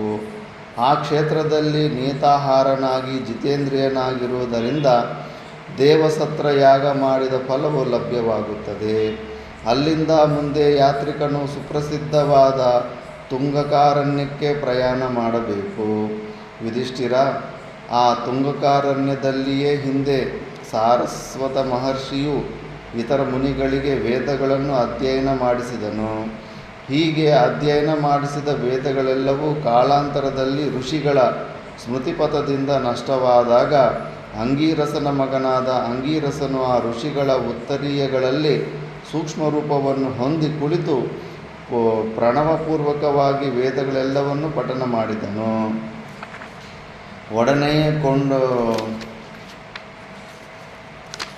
ಒಡನೆಯ ಋಷಿಗಳು ತಾವು ಹಿಂದೆ ಸಾರಸ್ವತ ಮಹರ್ಷಿಯಿಂದ ಅಧ್ಯಯನ ಮಾಡಿದ ವೇದಗಳೆಲ್ಲವನ್ನು ಪುನಃ ಪಡೆದರು. ವೇದಗಳು ಜ್ಞಾಪಕಕ್ಕೆ ಬಂದವು. ಆ ತುಂಗಕಾರಣ್ಯದ ವಿಷಯದಲ್ಲಿ ಇನ್ನೂ ಒಂದು ಐತಿಹ್ಯವಿದೆ. ಋಷಿ ಮಹರ್ಷಿಗಳು ವರುಣ, ಅಗ್ನಿ, ಪ್ರಜಾಪತಿ, ನಾರಾಯಣ ರೂಪನಾದ ಹರಿ, ಮಹಾದೇವ, ಚತುರ್ಮುಖ ಬ್ರಹ್ಮ ಇವರೆಲ್ಲರೂ ದೇವತೆಗಳೊಡನೆ ತುಂಗಕಾರಣ್ಯದಲ್ಲಿದ್ದು ಭೃಗು ಮಹರ್ಷಿಯ ಬಳಿಗೆ ಹೋಗಿ ಸಕಲ ಪ್ರಜೆಗಳ ಕ್ಷೇಮಾರ್ಥವಾಗಿ ಒಂದು ಯಾಗ ಮಾಡುವಂತೆ ಪ್ರೇರಣೆ ಮಾಡಿದರು. ಭೃಗು ಮಹರ್ಷಿಯು ಅವರೆಲ್ಲರ ಅಪೇಕ್ಷೆಯಂತೆ ಪವಿತ್ರವಾದ ತುಂಗಕಾರಣ್ಯದಲ್ಲಿಯೇ ಪುನರಾಧನ ಮಾಡಿ ಯಜ್ಞೇಶ್ವರನನ್ನು ಯಥಾವಿಧಿಯಾಗಿ ಆಜ್ಯ ಹವಿಷ್ಯುಗಳಿಂದ ತೃಪ್ತಿಗೊಳಿಸಿದನು. ಅನಂತರದಲ್ಲಿ ದೇವತೆಗಳು ಮತ್ತು ಋಷಿ ಮಹರ್ಷಿಗಳು ಸ್ವಸ್ಥಾನಗಳಿಗೆ ತೆರಳಿದರು. ಪರಮ ಪವಿತ್ರವಾದ ಆ ತುಂಗಕಾರಣ್ಯಕ್ಕೆ ಪ್ರವೇಶಿಸುವ ಪುರುಷನ ಅಥವಾ ಹೆಂಗಸಿನ ಸಕಲ ಪಾಪಗಳು ಕೂಡಲೇ ವಿನಾಶ ಹೊಂದುತ್ತವೆ. ಆ ತೀರ್ಥಕ್ಷೇತ್ರದಲ್ಲಿ ಜಿತೇಂದ್ರಿಯನಾಗಿ ನಿಯತಾಹಾರನಾಗಿ 1 ತಿಂಗಳು ವಾಸ ಮಾಡುವವನು ಅವಸಾನ ನಂತರದಲ್ಲಿ ಬ್ರಹ್ಮಲೋಕವನ್ನು ಸೇರುತ್ತಾನೆ ಮತ್ತು ಅವನ ವಂಶವು ಕೂಡ ಉದ್ಧಾರವಾಗುತ್ತದೆ. ತುಂಗಕಾರಣ್ಯ ತೀರ್ಥಕ್ಷೇತ್ರದ ಯಾತ್ರೆಯನ್ನು ಮುಗಿಸಿಕೊಂಡು ಮುಂದೆ ಯಾತ್ರಿಕನು ಮೇಧಾವಿಕವೆಂಬ ತೀರ್ಥಕ್ಷೇತ್ರಕ್ಕೆ ಪ್ರಯಾಣ ಮಾಡಬೇಕು.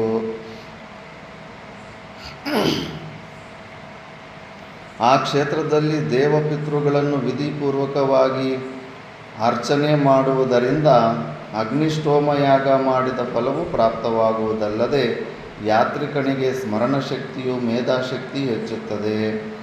ಆ ಕ್ಷೇತ್ರದಲ್ಲಿಯೇ ಕಾಲಂಜರವೆಂಬ ತ್ರಿಲೋಕ ಪ್ರಸಿದ್ಧವಾದ ಪರ್ವತವಿರುವುದು. ಆ ಪರ್ವತದಲ್ಲಿ ದೇವಹ್ರದವೆಂಬ ಪುಣ್ಯತೀರ್ಥವಿರುವುದು. ಆ ದೇವಹ್ರದ ತೀರ್ಥದಲ್ಲಿ ಸ್ನಾನ ಮಾಡುವುದರಿಂದ 1,000 ಗೋವುಗಳನ್ನು ದಾನ ಮಾಡಿದ ಫಲವು ಲಭಿಸುತ್ತದೆ. ಎಲ್ಲಿ ಸ್ನಾನ ಮಾಡದಿದ್ದರೂ ಕಾಲಂಜ ಪರ್ವತದಲ್ಲಿರುವ ದೇವಹ್ರದದಲ್ಲಿ ಸ್ನಾನ ಮಾಡಿದವನು ಅವಸಾನಾಂತರದಲ್ಲಿ ಸ್ವರ್ಗಲೋಕದಲ್ಲಿ ಪುರಸ್ಕಾರವನ್ನು ಹೊಂದುತ್ತಾನೆ. ಈ ವಿಷಯದಲ್ಲಿ ಸ್ವಲ್ಪವೂ ಸಂಶಯವಿಲ್ಲ. ಮೇಧಾವಿಕ ತೀರ್ಥಕ್ಷೇತ್ರದ ಯಾತ್ರೆಯನ್ನು ಮುಗಿಸಿಕೊಂಡು ಮುಂದೆ ಯಾತ್ರಿಕನು ಪರ್ವತ ಶ್ರೇಷ್ಠವಾದ ಚಿತ್ರಕೂಟದಲ್ಲಿ ಪ್ರವಹಿಸಿದ ಸಕಲ ಪಾಪಗಳನ್ನು ನಾಶ ಮಾಡುವ ಪರಮ ಪಾವನವಾದ ಮಂದಾಕಿನಿ ತೀರಕ್ಕೆ ಪ್ರಯಾಣ ಮಾಡಬೇಕು. ಚಿತ್ರಕೂಟದಲ್ಲಿ ತುಂಬ ಅದ್ಭುತವಾಗಿದೆ. ಈಗಲೂ ಕೂಡ ಕಾಡು ತುಂಬ ದೊಡ್ಡ ವಿಶಾಲವಾಗಿದೆ. ಎಷ್ಟೋ ಜನ ಸಾಧಕರು ಕಾಡಿನಲ್ಲೇ ಸಪರೇಟು ಕುಟಿಯಾಗಳು ಮಾಡಿಕೊಂಡು ಚೆನ್ನಾಗಿ ಸಾಧನೆ ಮಾಡ್ಕೊತಾ ಇದ್ದಾರೆ. ಸ್ವಲ್ಪ ಈಗ ಜನಕ್ಕೆ ದೂರದಿಂದ ಅಲ್ಲಿ ಚೆನ್ನಾಗಿದೆ. ಆ ಮಂದಾಕಿನಿ ನದಿ ಎಷ್ಟೋ ಜಾಗದಲ್ಲಿ ಸ್ವಲ್ಪ ಯಾವಾಗಲೂ ನೀರಿನ ಕೊರತೆ ಇರೋದಿಲ್ಲ. ಇನ್ನು ಸಣ್ಣ ಕುಟಿಯಾಗಳು ಹಾಕ್ಕೊಂಡು ಏನೋ ಒಂದು ಸ್ವಲ್ಪ ಅಷ್ಟು ರೇಷನ್, ಏನೋ ಅಕ್ಕಿನೋ ರೊಟ್ಟಿ ಗೋಧಿ ಹಿಟ್ಟು ತಗೊಂಡು ಹೋಗ್ಬಿಟ್ಟು ಆ ಥರ ಕಾಂಕ್ರೀಟ್ ಸ್ಟ್ರಕ್ಚರ್ಸು ಮಾಡ್ಕೊಳ್ಳೋಂಗಿಲ್ಲ. ಗುಹೆಗಳ ಕೆಳಗಡೆ ಇಲ್ಲ, ಶೀಟ್ಗಳು, ಟಿನ್ ಶೆಡ್ಡು ಆ ಥರ ಬೇಕಾದ್ರೆ ಹಾಕ್ಕೋಬೋದು. ಕಾಡಲ್ಲಿ ಪರ್ಮಿಷನ್ ಇದೆ. ಯಾವುದು ಮರನ ಕಡಿದಿರ ಮರದ ಮಧ್ಯದಲ್ಲಿ ನೆರಳಿನಲ್ಲಿ ನೀನೇನಾದರೂ ಕುಡಿಸಲಾಗಲಿ ಏನಾದರೂ ಹಾಕ್ಕೋಬೋದು. ಆ ಥರ ಸ್ವಲ್ಪ ತುಂಬ ಜನ ಸುಮಾರು ನನಗೆ ಒಂದು ಸಾವಿರಾರು ಜನ ಸಾಧನೆ ಮಾಡ್ತಾ ಇರೋದು ಹೆಚ್ಚು ಕಡಿಮೆ ಹಿಡಿದಿರ್ತಾರೆ. ಎಲ್ಲಿದ್ದೀರಂದರೆ ಚಿತ್ರಕೂಟ ಅಂತ. ಇಲ್ಲೇ ಪ್ರಯಾಗ್ರಾಜಿಂದ ಇನ್ನು ಸ್ವಲ್ಪ ದೂರ ಹೋಗ್ಬಿಟ್ರೆ ಒಂದು 100 ಕಿಲೋಮೀಟ್ರ್ ಅಷ್ಟೇ ಅಲ್ಲಿ. ನಾಸ್ತಿಕ అంటే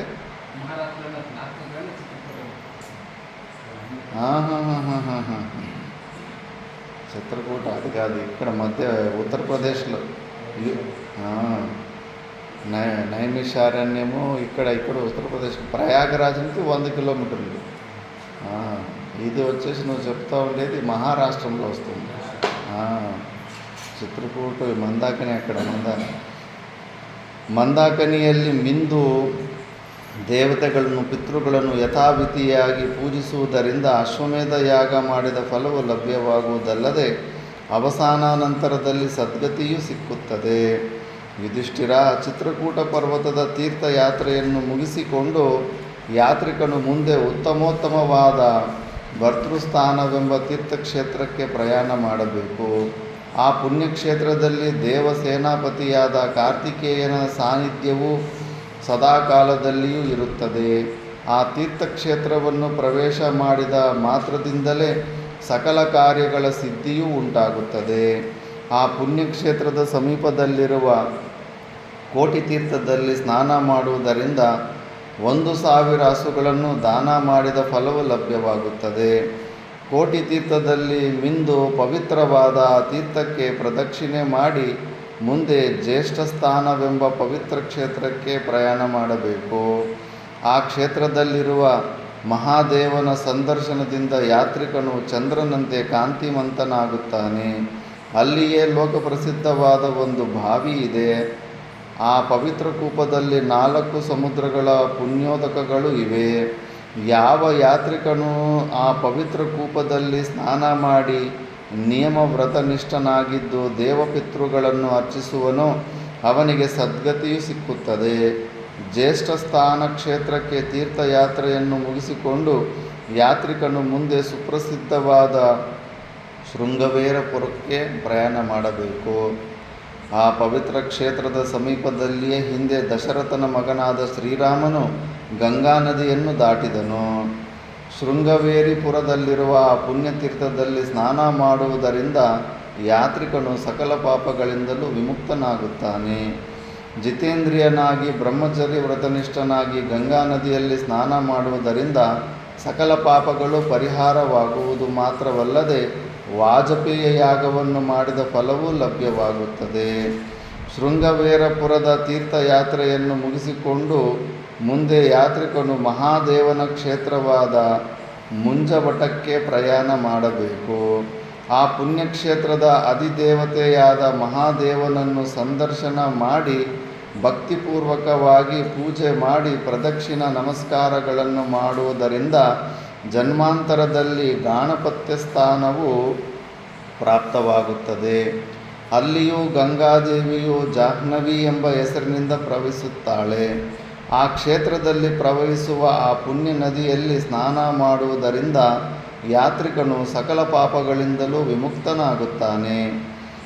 ಮುಂಜವಟ ತೀರ್ಥಕ್ಷೇತ್ರದ ಯಾತ್ರೆಯನ್ನು ಮುಗಿಸಿಕೊಂಡು ಮುಂದೆ ಯಾತ್ರಿಕನು ಸಕಲ ಮಹರ್ಷಿಗಳಿಂದಲೂ ಸಂಸ್ತೂಯಮಾನವಾದ ಪ್ರಯಾಗ ಪುಣ್ಯಕ್ಷೇತ್ರಕ್ಕೆ ಪ್ರಯಾಣ ಮಾಡಬೇಕು. ಪ್ರಯಾಗರಾಜ್ ಬ್ರಹ್ಮ ಪ್ರಮುಖರಾದ ದೇವತೆಗಳು, ಅಷ್ಟದಿಕ್ಪಾಲಕರು, ಲೋಕಪಾಲಕರು, ಸಿದ್ಧಚಾರಣರು, ಪಿತೃದೇವತೆಗಳು, ಅನೇಕಾನೇಕ ಋಷಿ ಮಹರ್ಷಿಗಳು, ಸನತ್ಕುಮಾರ, ಸನತ್ ಸುಜಾತರು, ನಿಷ್ಕಳಂಕರಾದ ಬ್ರಹ್ಮರ್ಷಿಗಳು, ಅಂಗೀರಸರು, ನಾಗಸುಪರ್ಣ ಸಿದ್ಧರು, ಸರ್ಪಗಳು, ನದಿ ಮತ್ತು ಸಮುದ್ರಗಳ ಅಧಿದೇವತೆಗಳು, ಗಂಧರ್ವರು, ಅಪ್ಸರೇಯರು, ಬ್ರಹ್ಮ ಪುರಸ್ಕೃತನಾದ ಶ್ರೀ ಮಹಾವಿಷ್ಣುವು ಆ ಕ್ಷೇತ್ರದಲ್ಲಿ ಸರ್ವಕಾಲದಲ್ಲಿಯೂ ಇರುತ್ತಾರೆ. ಆ ಕ್ಷೇತ್ರದಲ್ಲಿ 3 ಅಗ್ನಿಕುಂಡಗಳಿವೆ. ಅವುಗಳ ಮಧ್ಯದಲ್ಲಿ ಗಂಗಾದೇವಿಯು ಬಹಳ ವೇಗವಾಗಿ ಪ್ರವಹಿಸುತ್ತಾಳೆ. ಅದೇ ಕ್ಷೇತ್ರದಲ್ಲಿ ಲೋಕಪಾವನೆಯಾದ ಸೂರ್ಯನ ಮಗಳಾದ ಲೋಕಪ್ರಸಿದ್ಧಳಾದ ಯಮುನೆಯೂ ಗಂಗೆಯೊಡನೆ ಸೇರುತ್ತಾಳೆ. ಗಂಗಾ ಯಮುನಾ ನದಿಗಳ ಮಧ್ಯದಲ್ಲಿರುವ ಭೂಭಾಗಕ್ಕೆ ಪೃಥ್ವಿಯ ಸೊಂಟದ ಪ್ರದೇಶವೆಂದು ಹೇಳುತ್ತಾರೆ. అది ఈ ಭೂಮಿಗೆ ನಡುము లాంటిదంటే ಪ್ರಯಾಗರಾಜ್. ಹರಿದ್ವಾರವು ಮೊದಲುಗೊಂಡು ಪ್ರಯಾಗದವರೆಗೂ ಇರುವ ಪ್ರದೇಶವು ಭೂಮಿಯ ಕಟಿ ಪ್ರದೇಶವೆಂದು ಪ್ರಸಿದ್ಧವಾಗಿದೆ. ಯುಧಿಷ್ಠಿರ, ಆ ಪ್ರಯಾಗ ಪುಣ್ಯಕ್ಷೇತ್ರವು ಭೂಮಾತೆಯ ಯೋನಿ ರೂಪವಾಗಿದೆ. ಪ್ರಯಾಗ, ಪ್ರತಿಷ್ಠಾನ, ಕಂಬಳ, ಅಶ್ವತರ ಮತ್ತು ಭೋಗವತಿ ಇವುಗಳು ಬ್ರಹ್ಮನ ಯಜ್ಞವೇದಿಕೆಗಳಾಗಿವೆ. ಆ ಪುಣ್ಯಕ್ಷೇತ್ರದಲ್ಲಿ ವೇದಗಳು, ಯಜ್ಞಗಳು ಮೂರ್ತಿಮತ್ತಾಗಿ ನೆಲೆಸಿವೆ. ತಪೋನಿಷ್ಠರಾದ ಮಹರ್ಷಿಗಳು ಆ ಪುಣ್ಯಕ್ಷೇತ್ರದಲ್ಲಿ ಬ್ರಹ್ಮೋಪಾಸನೆಯನ್ನು ಮಾಡುತ್ತಿರುತ್ತಾರೆ. ಆ ಪುಣ್ಯಭೂಮಿಯಲ್ಲಿ ದೇವತೆಗಳು ಮತ್ತು ಭೂಮಿಯ ರಾಜರು ಅನೇಕ ಯಜ್ಞ ಯಾಗಾದಿಗಳನ್ನು ಮಾಡಿರುತ್ತಾರೆ. ಈ ಕಾರಣಗಳಿಂದಾಗಿ ಪ್ರಯಾಗ ತೀರ್ಥಕ್ಷೇತ್ರವು ಎಲ್ಲ ತೀರ್ಥಗಳಿಗಿಂತಲೂ ಪರಮಶ್ರೇಷ್ಠವಾದುದೆಂದು, ಪರಮ ಪವಿತ್ರವಾದುದೆಂದು, ಮೂರು ಲೋಕಗಳಲ್ಲಿಯೂ ಪುಣ್ಯತಮವಾದುದೆಂದು ತಿಳಿದವರು ಹೇಳುತ್ತಾರೆ.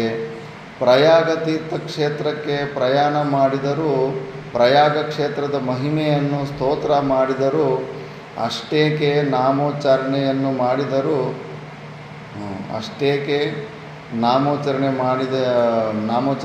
ಮಾಡಿದರೂ ಸಾಕು, ನರನು ಅಪಮೃತ್ಯುವಿನಿಂದ ಪಾರಾಗುವನಲ್ಲದೆ ಸಕಲ ಪಾಪಗಳಿಂದಲೂ ವಿಮುಕ್ತನಾಗುತ್ತಾನೆ.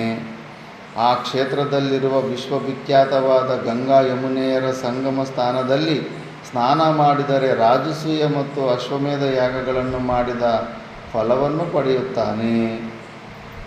ಪ್ರಯಾಗ ತೀರ್ಥಕ್ಷೇತ್ರವು ದೇವತೆಗಳ ಸುಸಂಸ್ಕೃತವಾದ ಯಾಗಭೂಮಿಯಾಗುವುದರಿಂದ ಆ ಕ್ಷೇತ್ರವು ದೇವತೆಗಳಿಂದ ಅನವರತವಾಗಿ ಪೂಜಿಸಲ್ಪಡುತ್ತಿದೆ. ಆ ಪುಣ್ಯಕ್ಷೇತ್ರದಲ್ಲಿ ಸ್ವಲ್ಪವನ್ನೇ ದಾನ ಮಾಡಿದರೂ ಮಹಾಫಲವು ಲಭಿಸುತ್ತದೆ. ಯುಧಿಷ್ಠಿರ, ವೇದೋಕ್ತಿಗಳಾಗಲಿ ಹಿರಿಯರ ವಚನಗಳಾಗಲಿ ಪ್ರಯಾಗ ಕ್ಷೇತ್ರದಲ್ಲಿ ಜೀವ ತೊರೆಯಬೇಕೆಂಬ ಆಕಾಂಕ್ಷೆಯಿಂದ ನಿನ್ನನ್ನು ಪರಾಂಗುಖನಾಗುವಂತೆ ಮಾಡದಿರಲಿ. ನೀನು ಪ್ರಯಾಗ ಕ್ಷೇತ್ರದಲ್ಲಿ ಇಹಲೋಕವನ್ನು ತ್ಯಜಿಸುವ ಆಕಾಂಕ್ಷೆ ಇಲ್ಲವನಾಗು. ಅಂಥ ಜಾಗದಲ್ಲಿ ಶರೀರ ಬಿಡಬೇಕು ಅಂತ ಅನ್ಕೋಬೇಕಂತೆ. ವೇದಗಳಾಗಲಿ ಹಿರಿಯರ ವಚನಗಳಾಗಲಿ ಪ್ರಯಾಗ ಕ್ಷೇತ್ರದಲ್ಲಿ ಜೀವ ತೊರೆಯ ಕೂಡದೆಂದು ಎಲ್ಲೂ ಸೂಚಿಸಿಲ್ಲ. ಹೀಗಿರುವಾಗ ಇಲ್ಲಿ ನಾರದರು ಯಾವ ಅಭಿಪ್ರಾಯದಿಂದ ಇದು ಟೀಕಾಕಾರ ಅಭಿಪ್ರಾಯದಿಂದ ಹೇಳಿದ್ದಾರೆಂಬ ವಿಷಯದಲ್ಲಿ ಜಿಜ್ಞಾಸೆ ಮಾಡಬೇಕಾಗಿದೆ. ನಾರದರು ಆ ಪುಣ್ಯಕ್ಷೇತ್ರದಲ್ಲಿ ಆತ್ಮಹತ್ಯೆಯನ್ನು ಮಾಡಿಕೊಳ್ಳಲು ಯುಧಿಷ್ಠಿರನಿಗೆ ಸೂಚಿಸಿದರೆ, ಯಾವ ಪುಣ್ಯಕ್ಷೇತ್ರದಲ್ಲಿ ಆದರೂ ಆತ್ಮಹತ್ಯೆಯು ದೋಷ ವಿಶಿಷ್ಟವಾದದ್ದು. ನೀರಿನಲ್ಲಿ ಬಿದ್ದಾಗಲಿ, ನೇಣು ಹಾಕಿಕೊಂಡಾಗಲಿ, ಕತ್ತಿಯಿಂದ ಕತ್ತರಿಸಿಕೊಂಡಾಗಲಿ ಆತ್ಮಹತ್ಯೆಯನ್ನು ಮಾಡಿಕೊಂಡರೆ ಅಂಥವರು ಒಡನೆಯೇ ನರಕಕ್ಕೆ ಹೋಗುತ್ತಾರೆ ಹೀಗೆಂಬ ಸ್ಮೃತಿವಚನವಿದೆ. ಜಲೇವಾಪಿ ಸ್ಥಳೇವಾಪಿ ಶಸ್ತ್ರೇಣೋದ್ವಿದ್ಯವಾ ಪುನಃ ನರಕಂತೆ ಪ್ರಯಾನ್ಷು ಆತ್ಮಾನಂ ಘಾತಯಂತಿಯೇ ಅಂತ ಶಾಸ್ತ್ರ ಹೇಳುತ್ತೆ. ಋಗ್ವೇದದಲ್ಲಿ ಗಂಗಾ ಯಮುನಾ ಸಂಗಮ ಸ್ಥಾನದಲ್ಲಿ ಪ್ರಯಾಗ ಕ್ಷೇತ್ರದಲ್ಲಿ ಅವಸಾನ ಹೊಂದಿದರೆ ಬ್ರಹ್ಮಲೋಕವು ಪ್ರಾಪ್ತಿಯಾಗುವುದೆಂದು ಹೇಳಿದಿದೆ. ತೀರ್ಥಕ್ಷೇತ್ರದಲ್ಲಿ ಅಲ್ಲಿ ಪ್ರಾಣ ಹೋದರೆ ಬ್ರಹ್ಮಲೋಕ ಸಿಗುತ್ತಂತೆ. ಸಿತಾಸಿತೆ ಸರಿತೆ ಯತ್ರ ಸಂಗತೆ ತತ್ರ ಪ್ಲುತಾಸೋ ದಿವಮುತ್ಪತ್ತಿ ಯೇ ವೈ ತನ್ವಂ ವಿಸೃಜಂತಿ ಧೀರಾಸ್ತೆ ಜನಾಸೋ ಅಮೃತತ್ವಂ ಭಜಂತೆ.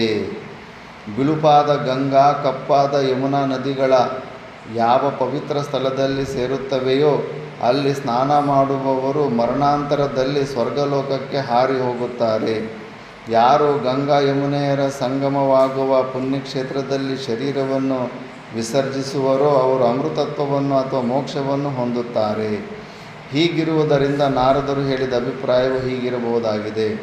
ವೇದೋಕ್ತವಾದ ಮತ್ತು ಹಿರಿಯರಿಂದ ಆಚರಿತವಾದ ಯಜ್ಞಯಾಗಾದಿಗಳೇ ಉತ್ತಮ ಲೋಕಪ್ರದಗಳೆಂಬ ಭ್ರಾಂತಿಯಿಂದ ಪ್ರಯಾಗ ಕ್ಷೇತ್ರವನ್ನು ಕೇವಲ ಸಂದರ್ಶನ ಮಾಡಿ ಹೊರಟು ಹೋಗಬೇಡಿ. ಅಲ್ಲಿಯೇ ಅವಸಾನ ಪರ್ಯಂತವಾಗಿದ್ದು ದೇಹವನ್ನು ತೊರೆದರೆ ಯಜ್ಞಯಾಗಾದಿಗಳನ್ನು ಮಾಡಿ ಪಡೆಯುವ ಫಲಕ್ಕಿಂತಲೂ ಅಧಿಕವಾದ ಉತ್ತಮ ಫಲಗಳೇ ಪ್ರಾಪ್ತವಾಗುತ್ತವೆ. ಮುಂಚೆ ಹಂಗಿತ್ತು, ವಾನಪ್ರಸ್ಥಾಶ್ರಮದಿಂದ ಡೈರೆಕ್ಟ್ ಪುಣ್ಯಕ್ಷೇತ್ರಗಳಲ್ಲಿ ಅಲ್ಲಿ ಇಲ್ಲಿ ಸಾಧನೆ ಮಾಡಿಕೊಂಡು ಅಲ್ಲೇ ಬಿಟ್ಟುಬಿಡ್ತಾಯಿದ್ರು ಶರೀರಗಳನ್ನು. ಆ ಥರ ಮಾಡ್ತಿದ್ರು. ಯುಧಿಷ್ಠಿರ, ಪ್ರಯಾಗ ಕ್ಷೇತ್ರದಲ್ಲಿ 60 ಕೋಟಿ 10,000 ಪುಣ್ಯತೀರ್ಥಗಳು ಸಾನ್ನಿಧ್ಯವಿರುವುದು.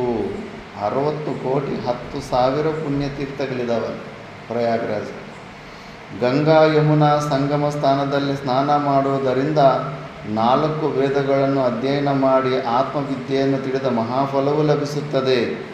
ಆಮರಣಾಂತವಾಗಿ ಸತ್ಯನಿಷ್ಠನಾಗಿರುವವನು ಪಡೆಯುವ ಪುಣ್ಯವೂ ಆ ಸಂಗಮದಲ್ಲಿ ಸ್ನಾನ ಮಾಡಿದ ಮಾತ್ರದಿಂದಲೇ ಲಭ್ಯವಾಗುತ್ತದೆ.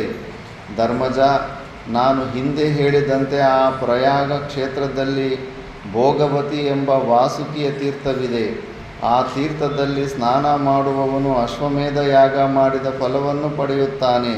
ಪ್ರಯಾಗ ಕ್ಷೇತ್ರದಲ್ಲಿರುವ ಗಂಗಾ ನದಿಯಲ್ಲಿ ಹಂಸ ಪ್ರಪತನವೆಂಬ ತೀರ್ಥವಿದೆ ಮತ್ತು ಗಂಗಾ ನದಿಯ ದಡದಲ್ಲಿ ದಶಾಶ್ವಮೇಧಿಕವೆಂಬ ಪುಣ್ಯತೀರ್ಥವೂ ಇದೆ. ಗಂಗಾ ನದಿಯು ಪ್ರವಹಿಸುವ ಯಾವ ಸ್ಥಳದಲ್ಲಿ ಸ್ನಾನ ಮಾಡಿದರೂ ಕುರುಕ್ಷೇತ್ರದ ಯಾತ್ರೆಯನ್ನು ಮಾಡಿದ ಫಲವು ಲಭ್ಯವಾಗುತ್ತದೆ. ಆದರೆ ಕನಕಲ ಕ್ಷೇತ್ರದ ಯಾತ್ರೆಯು ಅದಕ್ಕಿಂತಲೂ ಹೆಚ್ಚು ಪುಣ್ಯಪ್ರದವಾದದ್ದು. ಕನಕಲ್ ಅಂದರೆ ಹರಿದ್ವಾರ.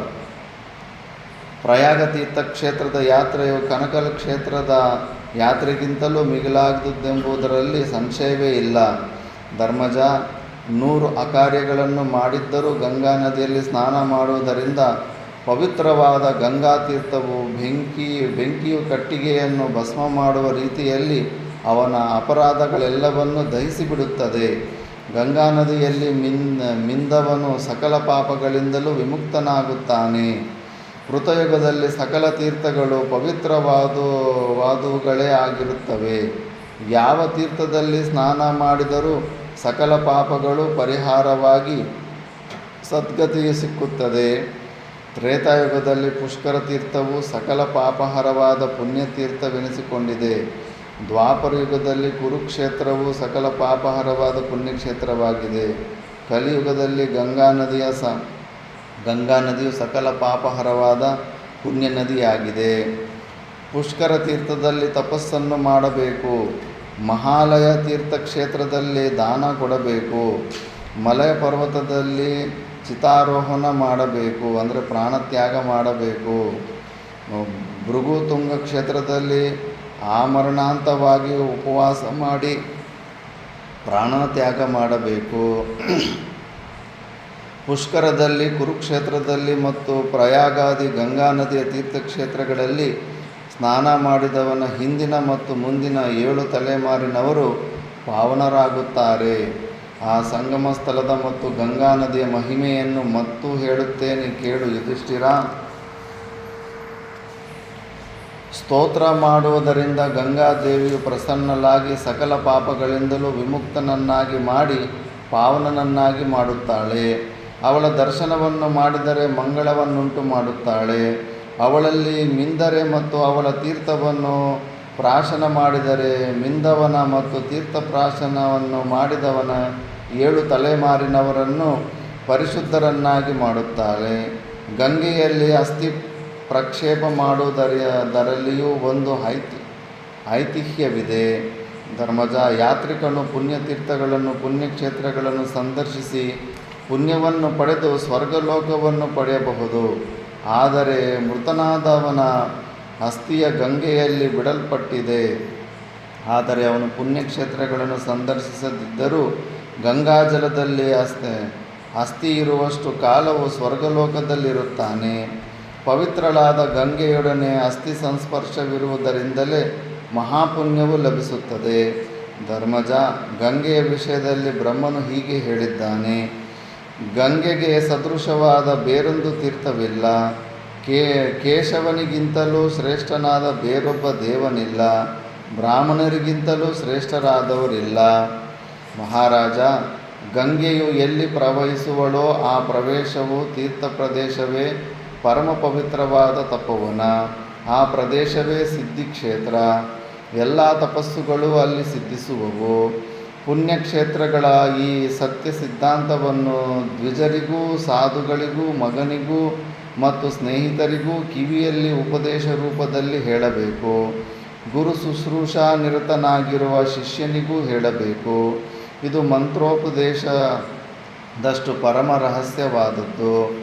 ಪುಣ್ಯಕ್ಷೇತ್ರಗಳ ಈ ಸುಚರಿತ್ರವು ಐಶ್ವರ್ಯ ಪ್ರಾಪಕವಾದದ್ದು, ಪವಿತ್ರವಾದದ್ದು, ಸ್ವರ್ಗಪ್ರಾಪಕವಾದದ್ದು, ಪುಣ್ಯಪ್ರದವಾದದ್ದು, ಕೇಳಲು ಮತ್ತು ಹೇಳಲು ಅತಿರಮ್ಯವಾದದ್ದು, ಪರಮ ಪಾವನವಾದದ್ದು, ಧರ್ಮಮೂಲವಾದದ್ದು. ಋಷಿ ಮಹರ್ಷಿಗಳಿಗೆ ಸಕಲ ಪಾಪಹಾರಿಯಾದ ಈ ತೀರ್ಥಕ್ಷೇತ್ರಗಳ ವಿಷಯವು ಅತಿ ರಹಸ್ಯವಾದ ಗುಹ್ಯವಾದ ಚರಿತ್ರೆಯಾಗಿದೆ. ದ್ವಿಜರ ಮಧ್ಯದಲ್ಲಿ ಈ ತೀರ್ಥಕ್ಷೇತ್ರಗಳ ಸುಚರಿತ್ರೆಯನ್ನು ಹೇಳುವುದರಿಂದಲೇ ಸಕಲ ಪಾಪಗಳು ಪರಿಹಾರವಾಗಿ ಅವಸಾನ ನಂತರದಲ್ಲಿ ಸ್ವರ್ಗಲೋಕವೂ ಪ್ರಾಪ್ತವಾಗುತ್ತದೆ. ಪುಣ್ಯತೀರ್ಥಗಳ ಮತ್ತು ಪುಣ್ಯಕ್ಷೇತ್ರಗಳ ಕೀರ್ತನೆಯ ಶ್ರವಣವು ಸಂಪತ್ಪ್ರದವಾದದ್ದು, ಸ್ವರ್ಗಪ್ರಾಪಕವಾದದ್ದು, ಮಹಾಪುಣ್ಯ ಪ್ರಾಪಕವಾದದ್ದು, ಶತ್ರುನಾಶಕವಾದದ್ದು, ಮೇಧಾಶಕ್ತಿಯನ್ನುಂಟು ಮಾಡುವುದೂ ಆಗಿದೆ. ಮಹಾರಾಜ, ಇದರ ಫಲಶ್ರುತಿಯನ್ನು ಇನ್ನೂ ಹೇಳುವೆನು.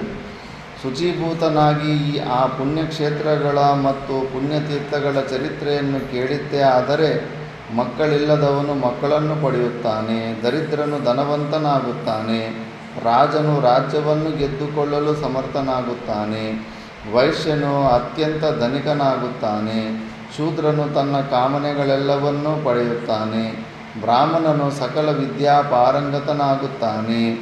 ತೀರ್ಥಗಳನ್ನು, ಪುಣ್ಯಕ್ಷೇತ್ರಗಳನ್ನು ಪ್ರತಿನಿತ್ಯವೂ ಸ್ಮರಣೆ ಮಾಡುವುದರಿಂದಲೂ, ಯಾತ್ರಾಫಲವನ್ನು ಪಠನ ಮಾಡುವುದರಿಂದಲೂ, ಶ್ರವಣ ಮಾಡುವುದರಿಂದಲೂ ಪೂರ್ವಜನ್ಮಗಳ ಸ್ಮರಿಸುವ ಶಕ್ತಿಯುಂಟಾಗುತ್ತದೆ. ಅವಸಾನ ನಂತರದಲ್ಲಿ ಸ್ವರ್ಗಲೋಕದಲ್ಲಿ ಆನಂದಿಸುತ್ತಾನೆ. ನಾನೀಗ ಹೇಳಿರುವ ಪುಣ್ಯಕ್ಷೇತ್ರಗಳಲ್ಲಿ ಯಾವನಿಗೆ ಆ ತೀರ್ಥಕ್ಷೇತ್ರಗಳ ಯಾತ್ರೆ ಮಾಡಬೇಕೆಂಬ ಆಕಾಂಕ್ಷೆಯುಂಟಾಗುವುದೋ ಅವನು ದುರ್ಗಮವಾದ ಕೆಲವು ಕ್ಷೇತ್ರಗಳಿಗೆ ಹೋಗಲಾಗದಿದ್ದರೆ ಮನಸ್ಸಿನಲ್ಲಾದರೂ ಅವುಗಳನ್ನು ಸ್ಮರಿಸಿಕೊಳ್ಳಬೇಕು. ಪುಣ್ಯಕ್ಷೇತ್ರಗಳ ಯಾತ್ರೆಯ ಪುಣ್ಯಪ್ರಾಪ್ತಿಗಾಗಿ ಅಷ್ಟವಸುಗಳು, ಸಾಧ್ಯರು, ಏಕಾದಶ ರುದ್ರರು, ದ್ವಾದಶ ಆದಿತ್ಯರು, ಸಪ್ತ ಮರುತುಗಳು, ಅಶ್ವಿನಿ ದೇವತೆಗಳು, ದೇವಸಮನರಾದ ಋಷಿ ಮಹರ್ಷಿಗಳು ಆ ಪುಣ್ಯಕ್ಷೇತ್ರಗಳ ಯಾತ್ರೆ ಮಾಡಿ ಪುಣ್ಯತೀರ್ಥಗಳಲ್ಲಿ ಸ್ನಾನ ಮಾಡಿರುತ್ತಾರೆ. ನಾನು ಮೇಲೆ ಹೇಳಿದ ರೀತಿಯಲ್ಲಿ ನೀನು ಬ್ರಹ್ಮಚರ್ಯ ವ್ರತಾನುಷ್ಠಾನದಿಂದಿದ್ದು ನೇತಾಹಾರನಾಗಿ ಜಿತೇಂದ್ರಿಯನಾಗಿ ಆ ತೀರ್ಥಕ್ಷೇತ್ರಗಳ ಯಾತ್ರೆ ಮಾಡುವವನಾಗು. ಯುಧಿಷ್ಠಿರ, ನಿನ್ನ ಪುಣ್ಯವನ್ನು ಹೆಚ್ಚಿಸಿಕೋ. ಭೂತಾತ್ಮರಿಂದ, ಆಸ್ತಿಕರಿಂದ, ಸಾತ್ವಿಕರಿಂದ ಮಾತ್ರವೇ ಪುಣ್ಯತೀರ್ಥಗಳ ಯಾತ್ರೆಯನ್ನು ಮಾಡಲು ಸಾಧ್ಯವಾಗುವುದು. ಕೌರವನೇ, ತೀರ್ಥಯಾತ್ರೆಯನ್ನು ಮಾಡುವವರು ಪರಿಶುದ್ಧ ಮನಸ್ಕರಾಗಿರಬೇಕು, ಆಸ್ತಿಕರಾಗಿರಬೇಕು ಮತ್ತು ವೇದವಿಹಿತವಾದ ಕರ್ಮಾನುಷ್ಠಾನಗಳಲ್ಲಿ ನಂಬಿಕೆಯುಳ್ಳವರಾಗಿರಬೇಕು. ಆದುದರಿಂದ ಈ ತೀರ್ಥಗಳು ಶಾಸ್ತ್ರಜ್ಞರಾದ ಸತ್ಪುರುಷರಿಗೆ ಮಾತ್ರವೇ ಲಭ್ಯವಾಗುತ್ತವೆ. ನಿಯಮಾನುಷ್ಠಾನವಿಲ್ಲದವನು, ಜಿತೇಂದ್ರಿಯನಲ್ಲದವನು, ವೇದಶಾಸ್ತ್ರದಲ್ಲಿ ನಂಬಿಕೆಯಿಲ್ಲದವನು, ಚೋರನು ಮತ್ತು ವಕ್ರಬುದ್ಧಿಯುಳ್ಳವನು ಪುಣ್ಯತೀರ್ಥಗಳಲ್ಲಿ ಸ್ನಾನ ಮಾಡಲಾರನು ಮತ್ತು ಪುಣ್ಯಕ್ಷೇತ್ರಗಳ ಯಾತ್ರೆಯನ್ನು ಮಾಡಲಾರನು. ಧರ್ಮಜ, ಪುಲಸ್ತ್ಯರು ಭೀಷ್ಮನನ್ನು ಕುರಿತು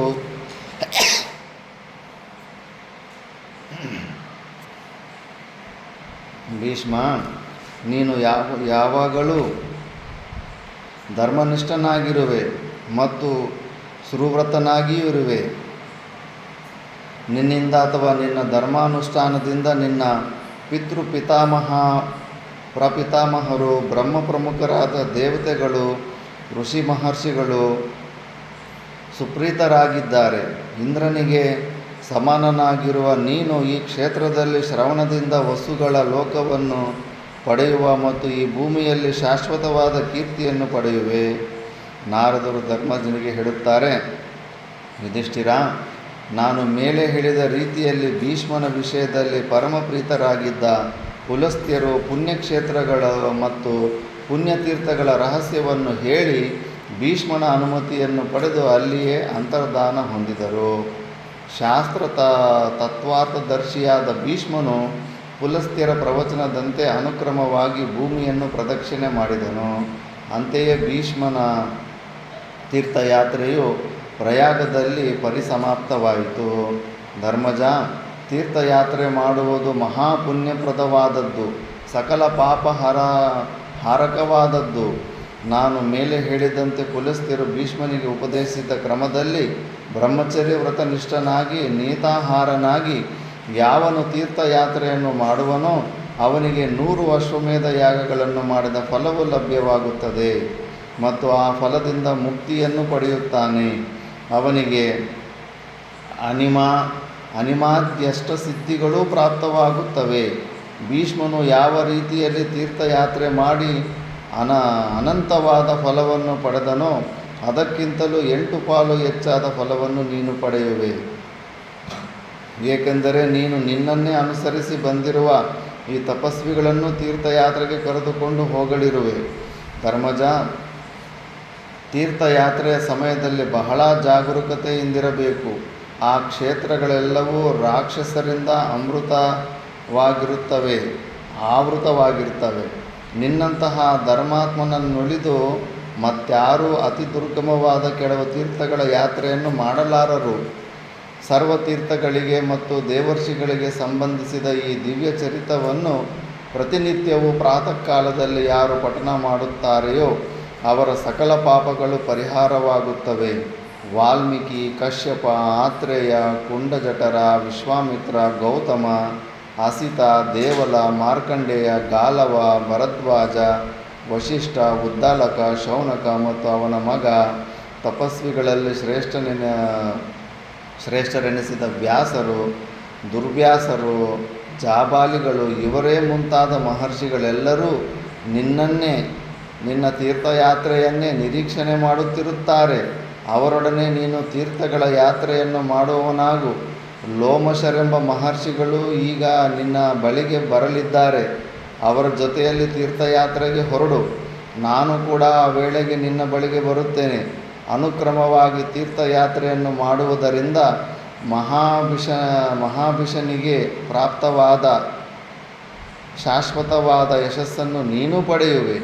ಯಯಾತಿ ಪುರೂರ್ವರು ಯಾವ ರೀತಿಯಲ್ಲಿ ಧರ್ಮಾಚರಣೆಯಿಂದ ಶ್ರೇಯಪ್ರೇಯಗಳನ್ನು ಪಡೆದರೋ ಅದೇ ರೀತಿಯಲ್ಲಿ ನೀನು ಸದಾ ಧರ್ಮನಿರತನಾಗಿರುವುದರಿಂದ ಶಾಶ್ವತವಾದ ಯಶಸ್ಸನ್ನು ಪಡೆಯುವೆ. ಭಗೀರಥ, ರಾಮಾದಿಗಳು ಹೇಗೆ ರಾಜವಂಶದಲ್ಲಿ ಪ್ರಸಿದ್ಧಿ ಹೊಂದಿದರೋ ಅದೇ ರೀತಿಯಲ್ಲಿ ನೀನು ನಿನ್ನ ವಂಶಕ್ಕೆ ತಿಲಕಪ್ರಾಯನಾಗುವೆ. ನೀನು ರಾಜರೆಲ್ಲರಿಗಿಂತಲೂ ಅಧಿಕನಾಗಿ ಸೂರ್ಯನಂತೆ ಸ್ವಯಂ ಪ್ರಭೆಯಿಂದ ಆತ್ಮ ತೇಜಸ್ಸಿನಿಂದ ಪ್ರಕಾಶಿಸುವೆ. ಮನು, ಇಕ್ಷ್ವಾಕು, ಯಶೋವಂತನಾದ ಪೂರು, ವೈನ್ಯ ಮುಂತಾದವರು ಯಾವ ರೀತಿಯಲ್ಲಿ ಪ್ರಸಿದ್ಧಿ ಹೊಂದಿದರೋ ಅದೇ ರೀತಿಯಲ್ಲಿ ನೀನು ಧರ್ಮಿಷ್ಠನೆಂದು ಧರ್ಮಾತ್ಮನೆಂದು ಪ್ರಸಿದ್ಧಿಯನ್ನು ಪಡೆಯುವೆ. ಹಿಂದೆ ಯಾವ ರೀತಿಯಲ್ಲಿ ವೃತ್ರಹಂತಕನಾದ ದೇವರಾಜನಾದ ಇಂದ್ರನು ಶತ್ರುಗಳೆಲ್ಲರನ್ನೂ ಧ್ವಂಸ ಮಾಡಿ ನಿಶ್ಚಿಂತನಾಗಿ 3 ಲೋಕಗಳನ್ನು ಆಳತೊಡಗಿದನೋ ಅದೇ ರೀತಿಯಲ್ಲಿ ನೀನು ನಿನ್ನ ಶತ್ರುಗಳೆಲ್ಲರನ್ನೂ ಧ್ವಂಸ ಮಾಡಿ ಪ್ರಜೆಗಳನ್ನಾಳುವೆ. ರಾಜೀವಲೋಚನನೇ, ನೀನು ಸ್ವಧರ್ಮಾನುಸಾರವಾಗಿ ಈ ವಿಶ್ವವೆಲ್ಲವನ್ನೂ ಪುನಃ ಗೆದ್ದು ಕಾರ್ತ್ಯವೀರಾರ್ಜುನನಂತೆ ಖ್ಯಾತಿವಂತನಾಗುವೆ. ಜನಮೇಜಯ, ಇದು ಸ್ಟೋರಿ ಮಹಾಭಾರತದ ನೈಮಿಷಾರಣ್ಯದಲ್ಲಿ ನಡೀತಾ ಇದೆ. ಯಾರು? ಸೌತಿ ಮುನಿಗಳು, ಶೌನಕಾದಿ ಋಷಿಗಳು ಮತ್ತು ಅವರ 10,000ಕ್ಕಿಂತ ಹೆಚ್ಚು ವಿದ್ಯಾರ್ಥಿಗಳಿಗೆ ಹೇಳ್ತಾ ಇದ್ದಾರೆ. ಅವ್ರು ಯಾಕೆ ಈ ಸ್ಟೋರಿ ಹೇಳ್ತಾ ಇದ್ದಾರೆ ಅಂದರೆ ಅವರು ಜನ್ಮೇಜಯನ ಸರ್ಪಯಾಗದಿಂದ ಆಗತಾನೆ ಅಲ್ಲಿಂದ ಬಂದಿರ್ತಾರೆ. ಆ ಜನ್ಮೇಜಯನ ಸರ್ಪಯಾಗದಲ್ಲಿ ವ್ಯಾಸರು, ವೈಶಂಪಾಯನರು ಸ್ಟೋರಿಗಳು ಹೇಳ್ಕೊತಾರೆ. ಈ ಮಹಾಭಾರತದಲ್ಲಿ ನಡೆದದ್ದೆಲ್ಲ ಏನೇನು ಸ್ಟೋರಿ ಅಂತೆಲ್ಲ ಜನ್ಮೇಜಯನಿಗೆ ಹೇಳಿರ್ತಾರೆ. ಅವ್ರ ಜೊತೆಯಲ್ಲಿ ಸೌತ ಮುನಿಗಳು ಕೂಡ ಅಲ್ಲೇ ಕೂತಿರ್ತಾರೆ. ಅದನ್ನು ಕೇಳಿ ನೈಮಿಷಾರಣ್ಯಕ್ಕೆ ಬಂದಾಗ, ಹೌದಾ ನೀವು ಜನ್ಮೇಜಯನ ಸರ್ಪಯಾಗದಿಂದ ಈಗ ತಾನೇ ಬಂದಿದ್ದೀರಾ, ಅಲ್ಲಿ ಯಾವ್ಯಾವ ಕಥೆಗಳ ಬಗ್ಗೆ ವಿಚಾರ ನಡೀತೋ ಅದನ್ನೆಲ್ಲ ನಮಗೆ ಹೇಳಿ ಅಂದರೆ ಅವರು ಹೇಳ್ತಾ ಇದ್ದಾರೆ. ಅದನ್ನು ಆ ಕಥೆಯಲ್ಲಿ ಈಗ ಜನ್ಮೇಜಯನ ಮೇನು. ಜನ್ಮೇಜಯ ತೀರ್ಥ ಜನ್ಮೇಜಯ, ಈ ರೀತಿಯಲ್ಲಿ ನಾರದರು ಧರ್ಮರಾಜನನ್ನು ಪುಣ್ಯತೀರ್ಥಗಳ ಮತ್ತು ಪುಣ್ಯಕ್ಷೇತ್ರಗಳ ಪ್ರವಚನದಿಂದ ಸಂತೈಸಿಸಿ ಆತನ ಅನುಜ್ಞೆಯನ್ನು ಪಡೆದು ಅಲ್ಲಿಯೇ ಅಂತರ್ಹಿತರಾದರು. ನಾರದರು ಹೊರಟು ಹೋದ ಬಳಿಕ ಯುಧಿಷ್ಠಿರನು ಪುಣ್ಯತೀರ್ಥಗಳನ್ನು ಮತ್ತು ಅವುಗಳ ಯಾತ್ರೆಯಿಂದ ಲಭಿಸುವ ಫಲಗಳನ್ನು ಮನಸ್ಸಿನಲ್ಲಿಯೇ ಸ್ಮರಣೆ ಮಾಡುತ್ತಾ ತನ್ನ ಸುತ್ತಲೂ ಇದ್ದ ಮಹರ್ಷಿಗಳೊಡನೆ ತೀರ್ಥಯಾತ್ರೆಯ ವಿಷಯವಾಗಿ ಪುನಃ ಪ್ರಸ್ತಾಪ ಮಾಡಿದನು. ಆ ಪುಣ್ಯಕ್ಷೇತ್ರಗಳ ಬಗ್ಗೆ ತೀರ್ಥಕ್ಷೇತ್ರಗಳೆಲ್ಲ ವಿಷಯವಾಗಿ ದ್ಯೋಮ್ಯರೊಡನೆ ಯುಧಿಷ್ಠಿರನ ಸಮಾಲೋಚನೆ ಈಗ ಪ್ರಾರಂಭ ಆಗುತ್ತೆ. ಜನ್ಮೇಜಯ, ವೈಶಂಪಾಯನರು ಹೇಳ್ತಾ ಇದ್ದಾರೆ ಜನ್ಮೇಜಯನಿಗೆ, ತೀರ್ಥಯಾತ್ರೆಯ ವಿಷಯವಾಗಿ ಯುಧಿಷ್ಠಿರನು ತನ್ನ ತಮ್ಮಂದಿರ ಅಭಿಪ್ರಾಯಗಳನ್ನು ತಿಳಿದ ನಂತರ ಬ್ರಹ್ಮ ಸಮಾನರಾದ ಪುರೋಹಿತರಾದ ದ್ಯೋಮ್ಯರನ್ನು ಕುರಿತು ಹೇಳಿದನು. ಬ್ರಾಹ್ಮಣೋತ್ತಮರೇ, ನಾನಾ ಶಾಸ್ತ್ರಗಳ ಪ್ರಾಪ್ತಿಗಾಗಿ ಪುರುಷ ವ್ಯಾಘ್ರನು, ಸತ್ಯಪರಾಕ್ರಮನು, ಮಹಾಬಾಹುವು, ಮಹಾತ್ಮನೂ ಆದ ನನ್ನ ತಮ್ಮನಾದ ಅರ್ಜುನನನ್ನು ಕಳಿಸಿಕೊಟ್ಟೆನು. ನನ್ನ ತಮ್ಮನ ಗುಣಾತಿಶಯಗಳನ್ನು ಎಷ್ಟು ಬಾರಿ ಹೇಳಿದರೂ ನನಗೆ ತೃಪ್ತಿಯೇ ಇಲ್ಲ. ದ್ಯೋಮರೇ, ನಮ್ಮ ಅರ್ಜುನನು ಮಹಾವೀರನು. ನಮ್ಮನ್ನು ಕಂಡರೆ ಅವನಿಗೆ ಹೆಚ್ಚು ಮಮತೆ, ನಮ್ಮಲ್ಲಿಯೇ ಅನುರಕ್ತನಾಗಿರುತ್ತಾನೆ. ಮಹಾಸಮರ್ಥನು, ಅವನ ಸಾಮರ್ಥ್ಯವು ಅಪಾರವಾದದ್ದು. ಮೇಲಾಗಿ ತಪೋಧನನು ಮಾಡಬೇಕಾದ ಕಾರ್ಯವನ್ನು ಮಾಡಿ ತೋರಿಸುವ ಸ್ವಭಾವದವನು. ಕೇವಲ ಮಾತಿನಲ್ಲಿಯೇ ಮುಗಿಸುವವನಲ್ಲ. ಬಾಣಪ್ರಯೋಗದಲ್ಲಿ ಅವನ ಕೈಚಳಕವು ಅನುಪಮವಾದದ್ದು. ಅವನ ವಿಷಯದಲ್ಲಿ ಹೆಚ್ಚೇನು ಹೇಳಲಿ. ಆತನು ಎಲ್ಲಿ ವಿಷಯಗಳಲ್ಲಿಯೂ ವಾಸುದೇವನಿಗೆ ಅನುರೂಪನಾಗಿರುತ್ತಾನೆ. ಶತ್ರು ವಿಧ್ವಂಸಕರಾದ ಕೃಷ್ಣರಿಬ್ಬರೂ ಯಾರೆಂಬುದನ್ನು ತ್ರಿಕಾಲಜ್ಞಾನಿಗಳಾದ ವ್ಯಾಸರು ತಿಳಿದುಕೊಂಡಿರುವಂತೆಯೇ ನಾನು ಚೆನ್ನಾಗಿ ತಿಳಿದುಕೊಂಡಿರುತ್ತೇನೆ. ಇಬ್ಬರು 3 ಯುಗಗಳಿಂದಲೂ ಜೊತೆಯಲ್ಲಿಯೇ ಇದ್ದಾರೆ. ಕೃತಯುಗದಲ್ಲಿ ಧರ್ಮನ ಭಾರ್ಯೆಯಾದ ಮೂರ್ತಿ ಎಂಬುವಳಲ್ಲಿ ನರನಾರಾಯಣರಾಗಿ ಜನಿಸಿದ್ದರು. ಅವರೇ ಈ ದ್ವಾಪರ ಯುಗದ ಅಂತ್ಯದಲ್ಲಿ ವಾಸುದೇವ ಧನಂಜಯರಾಗಿ ಜನಿಸಿದ್ದಾರೆ. ಆ ಮಹಾನುಭಾವರು ಸಮಗ್ರವಾದ ಐಶ್ವರ್ಯ, ಜ್ಞಾನ, ಯಶಸ್ಸು, ಸಂಪತ್ತು, ವೈರಾಗ್ಯ, ಧರ್ಮಗಳೆಂಬ 6 ಭಗ ಅಂತಾರೆ. ಭಗ ಅಂದರೆ 6 ಐಶ್ವರ್ಯಗಳಿಂದ ಕೂಡಿದವರಾಗಿದ್ದಾರೆ. ಕೃಷ್ಣಾರ್ಜುನರು ಷಡಂಗಪೂರ್ಣರಾಗಿದ್ದಾರೆ. ಸರ್ವಜ್ಞತೆ, ತೃಪ್ತಿ, ಅನಾದಿಬೋಧ, ಸ್ವತಂತ್ರತೆ, ಸಂಸಾರದಲ್ಲಿದ್ದು ನಿರ್ಲಿಪ್ತತೆಯಿಂದಿರುವುದು, ಅನಂತ ಶಕ್ತಿಯನ್ನು ಹೊಂದಿರುವುದು, ಇವುಗಳಿಗೆ ಮಹೇಶ್ವರನ ಷಡಂಗಗಳೆಂದು ಹೆಸರು. ಪುಂಡರೀಕಾಕ್ಷರಾದ ವಿಷ್ಣುವಿಗೆ ಸಮಾನರಾದ ವಾಸುದೇವ ಧನಂಜಯರು ಯಾರೆಂಬ ರಹಸ್ಯವನ್ನು ನಾರದರು ತಿಳಿದಿದ್ದಾರೆ. ಅವರು ಬಂದಾಗಲೆಲ್ಲ ಕೃಷ್ಣಾರ್ಜುನರ ಅಮಿತವಾದ ಗುಣಗಳನ್ನು ಪ್ರಶಂಸೆ ಮಾಡುತ್ತಲೇ ಇರುತ್ತಾರೆ.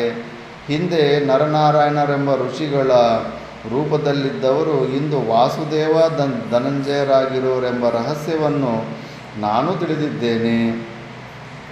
ನರನ ಅಘಟಿತ ಘಟನಾ ಸಾಮರ್ಥ್ಯವನ್ನು ಮನಗಂಡೇ ನಾನು ಅವನನ್ನು ಈ ಮಹಾಕಾರ್ಯದಲ್ಲಿ ನಿಯೋಜಿಸಿದ್ದೇನೆ. ಪರಾಕ್ರಮದಲ್ಲಿ ತ್ರೈಲೋಕ್ಯಾಧಿಪತಿಯಾದ ಇಂದ್ರನಿಗೇನೂ ಕಡಿಮೆ ಇಲ್ಲದ ಸುರೇಂದ್ರ ಸುತನಾದ ಅರ್ಜುನನನ್ನು, ದೇವತೆಗಳಿಗೆ ಅಧಿಪತಿಯಾದ ಶಕ್ರನನ್ನು ಸಂದರ್ಶಿಸುವುದಕ್ಕೂ ಮತ್ತು ಅವನಿಂದ ಶಸ್ತ್ರಾಸ್ತ್ರಗಳನ್ನು ಪಡೆಯುವುದಕ್ಕೂ ಕಳುಹಿಸಿದ್ದೇನೆ. ದುರ್ಯೋಧನನ ಪಕ್ಷದಲ್ಲಿ ಭೀಷ್ಮ, ದ್ರೋಣರಿಬ್ಬರೂ ಅತಿರಥರು.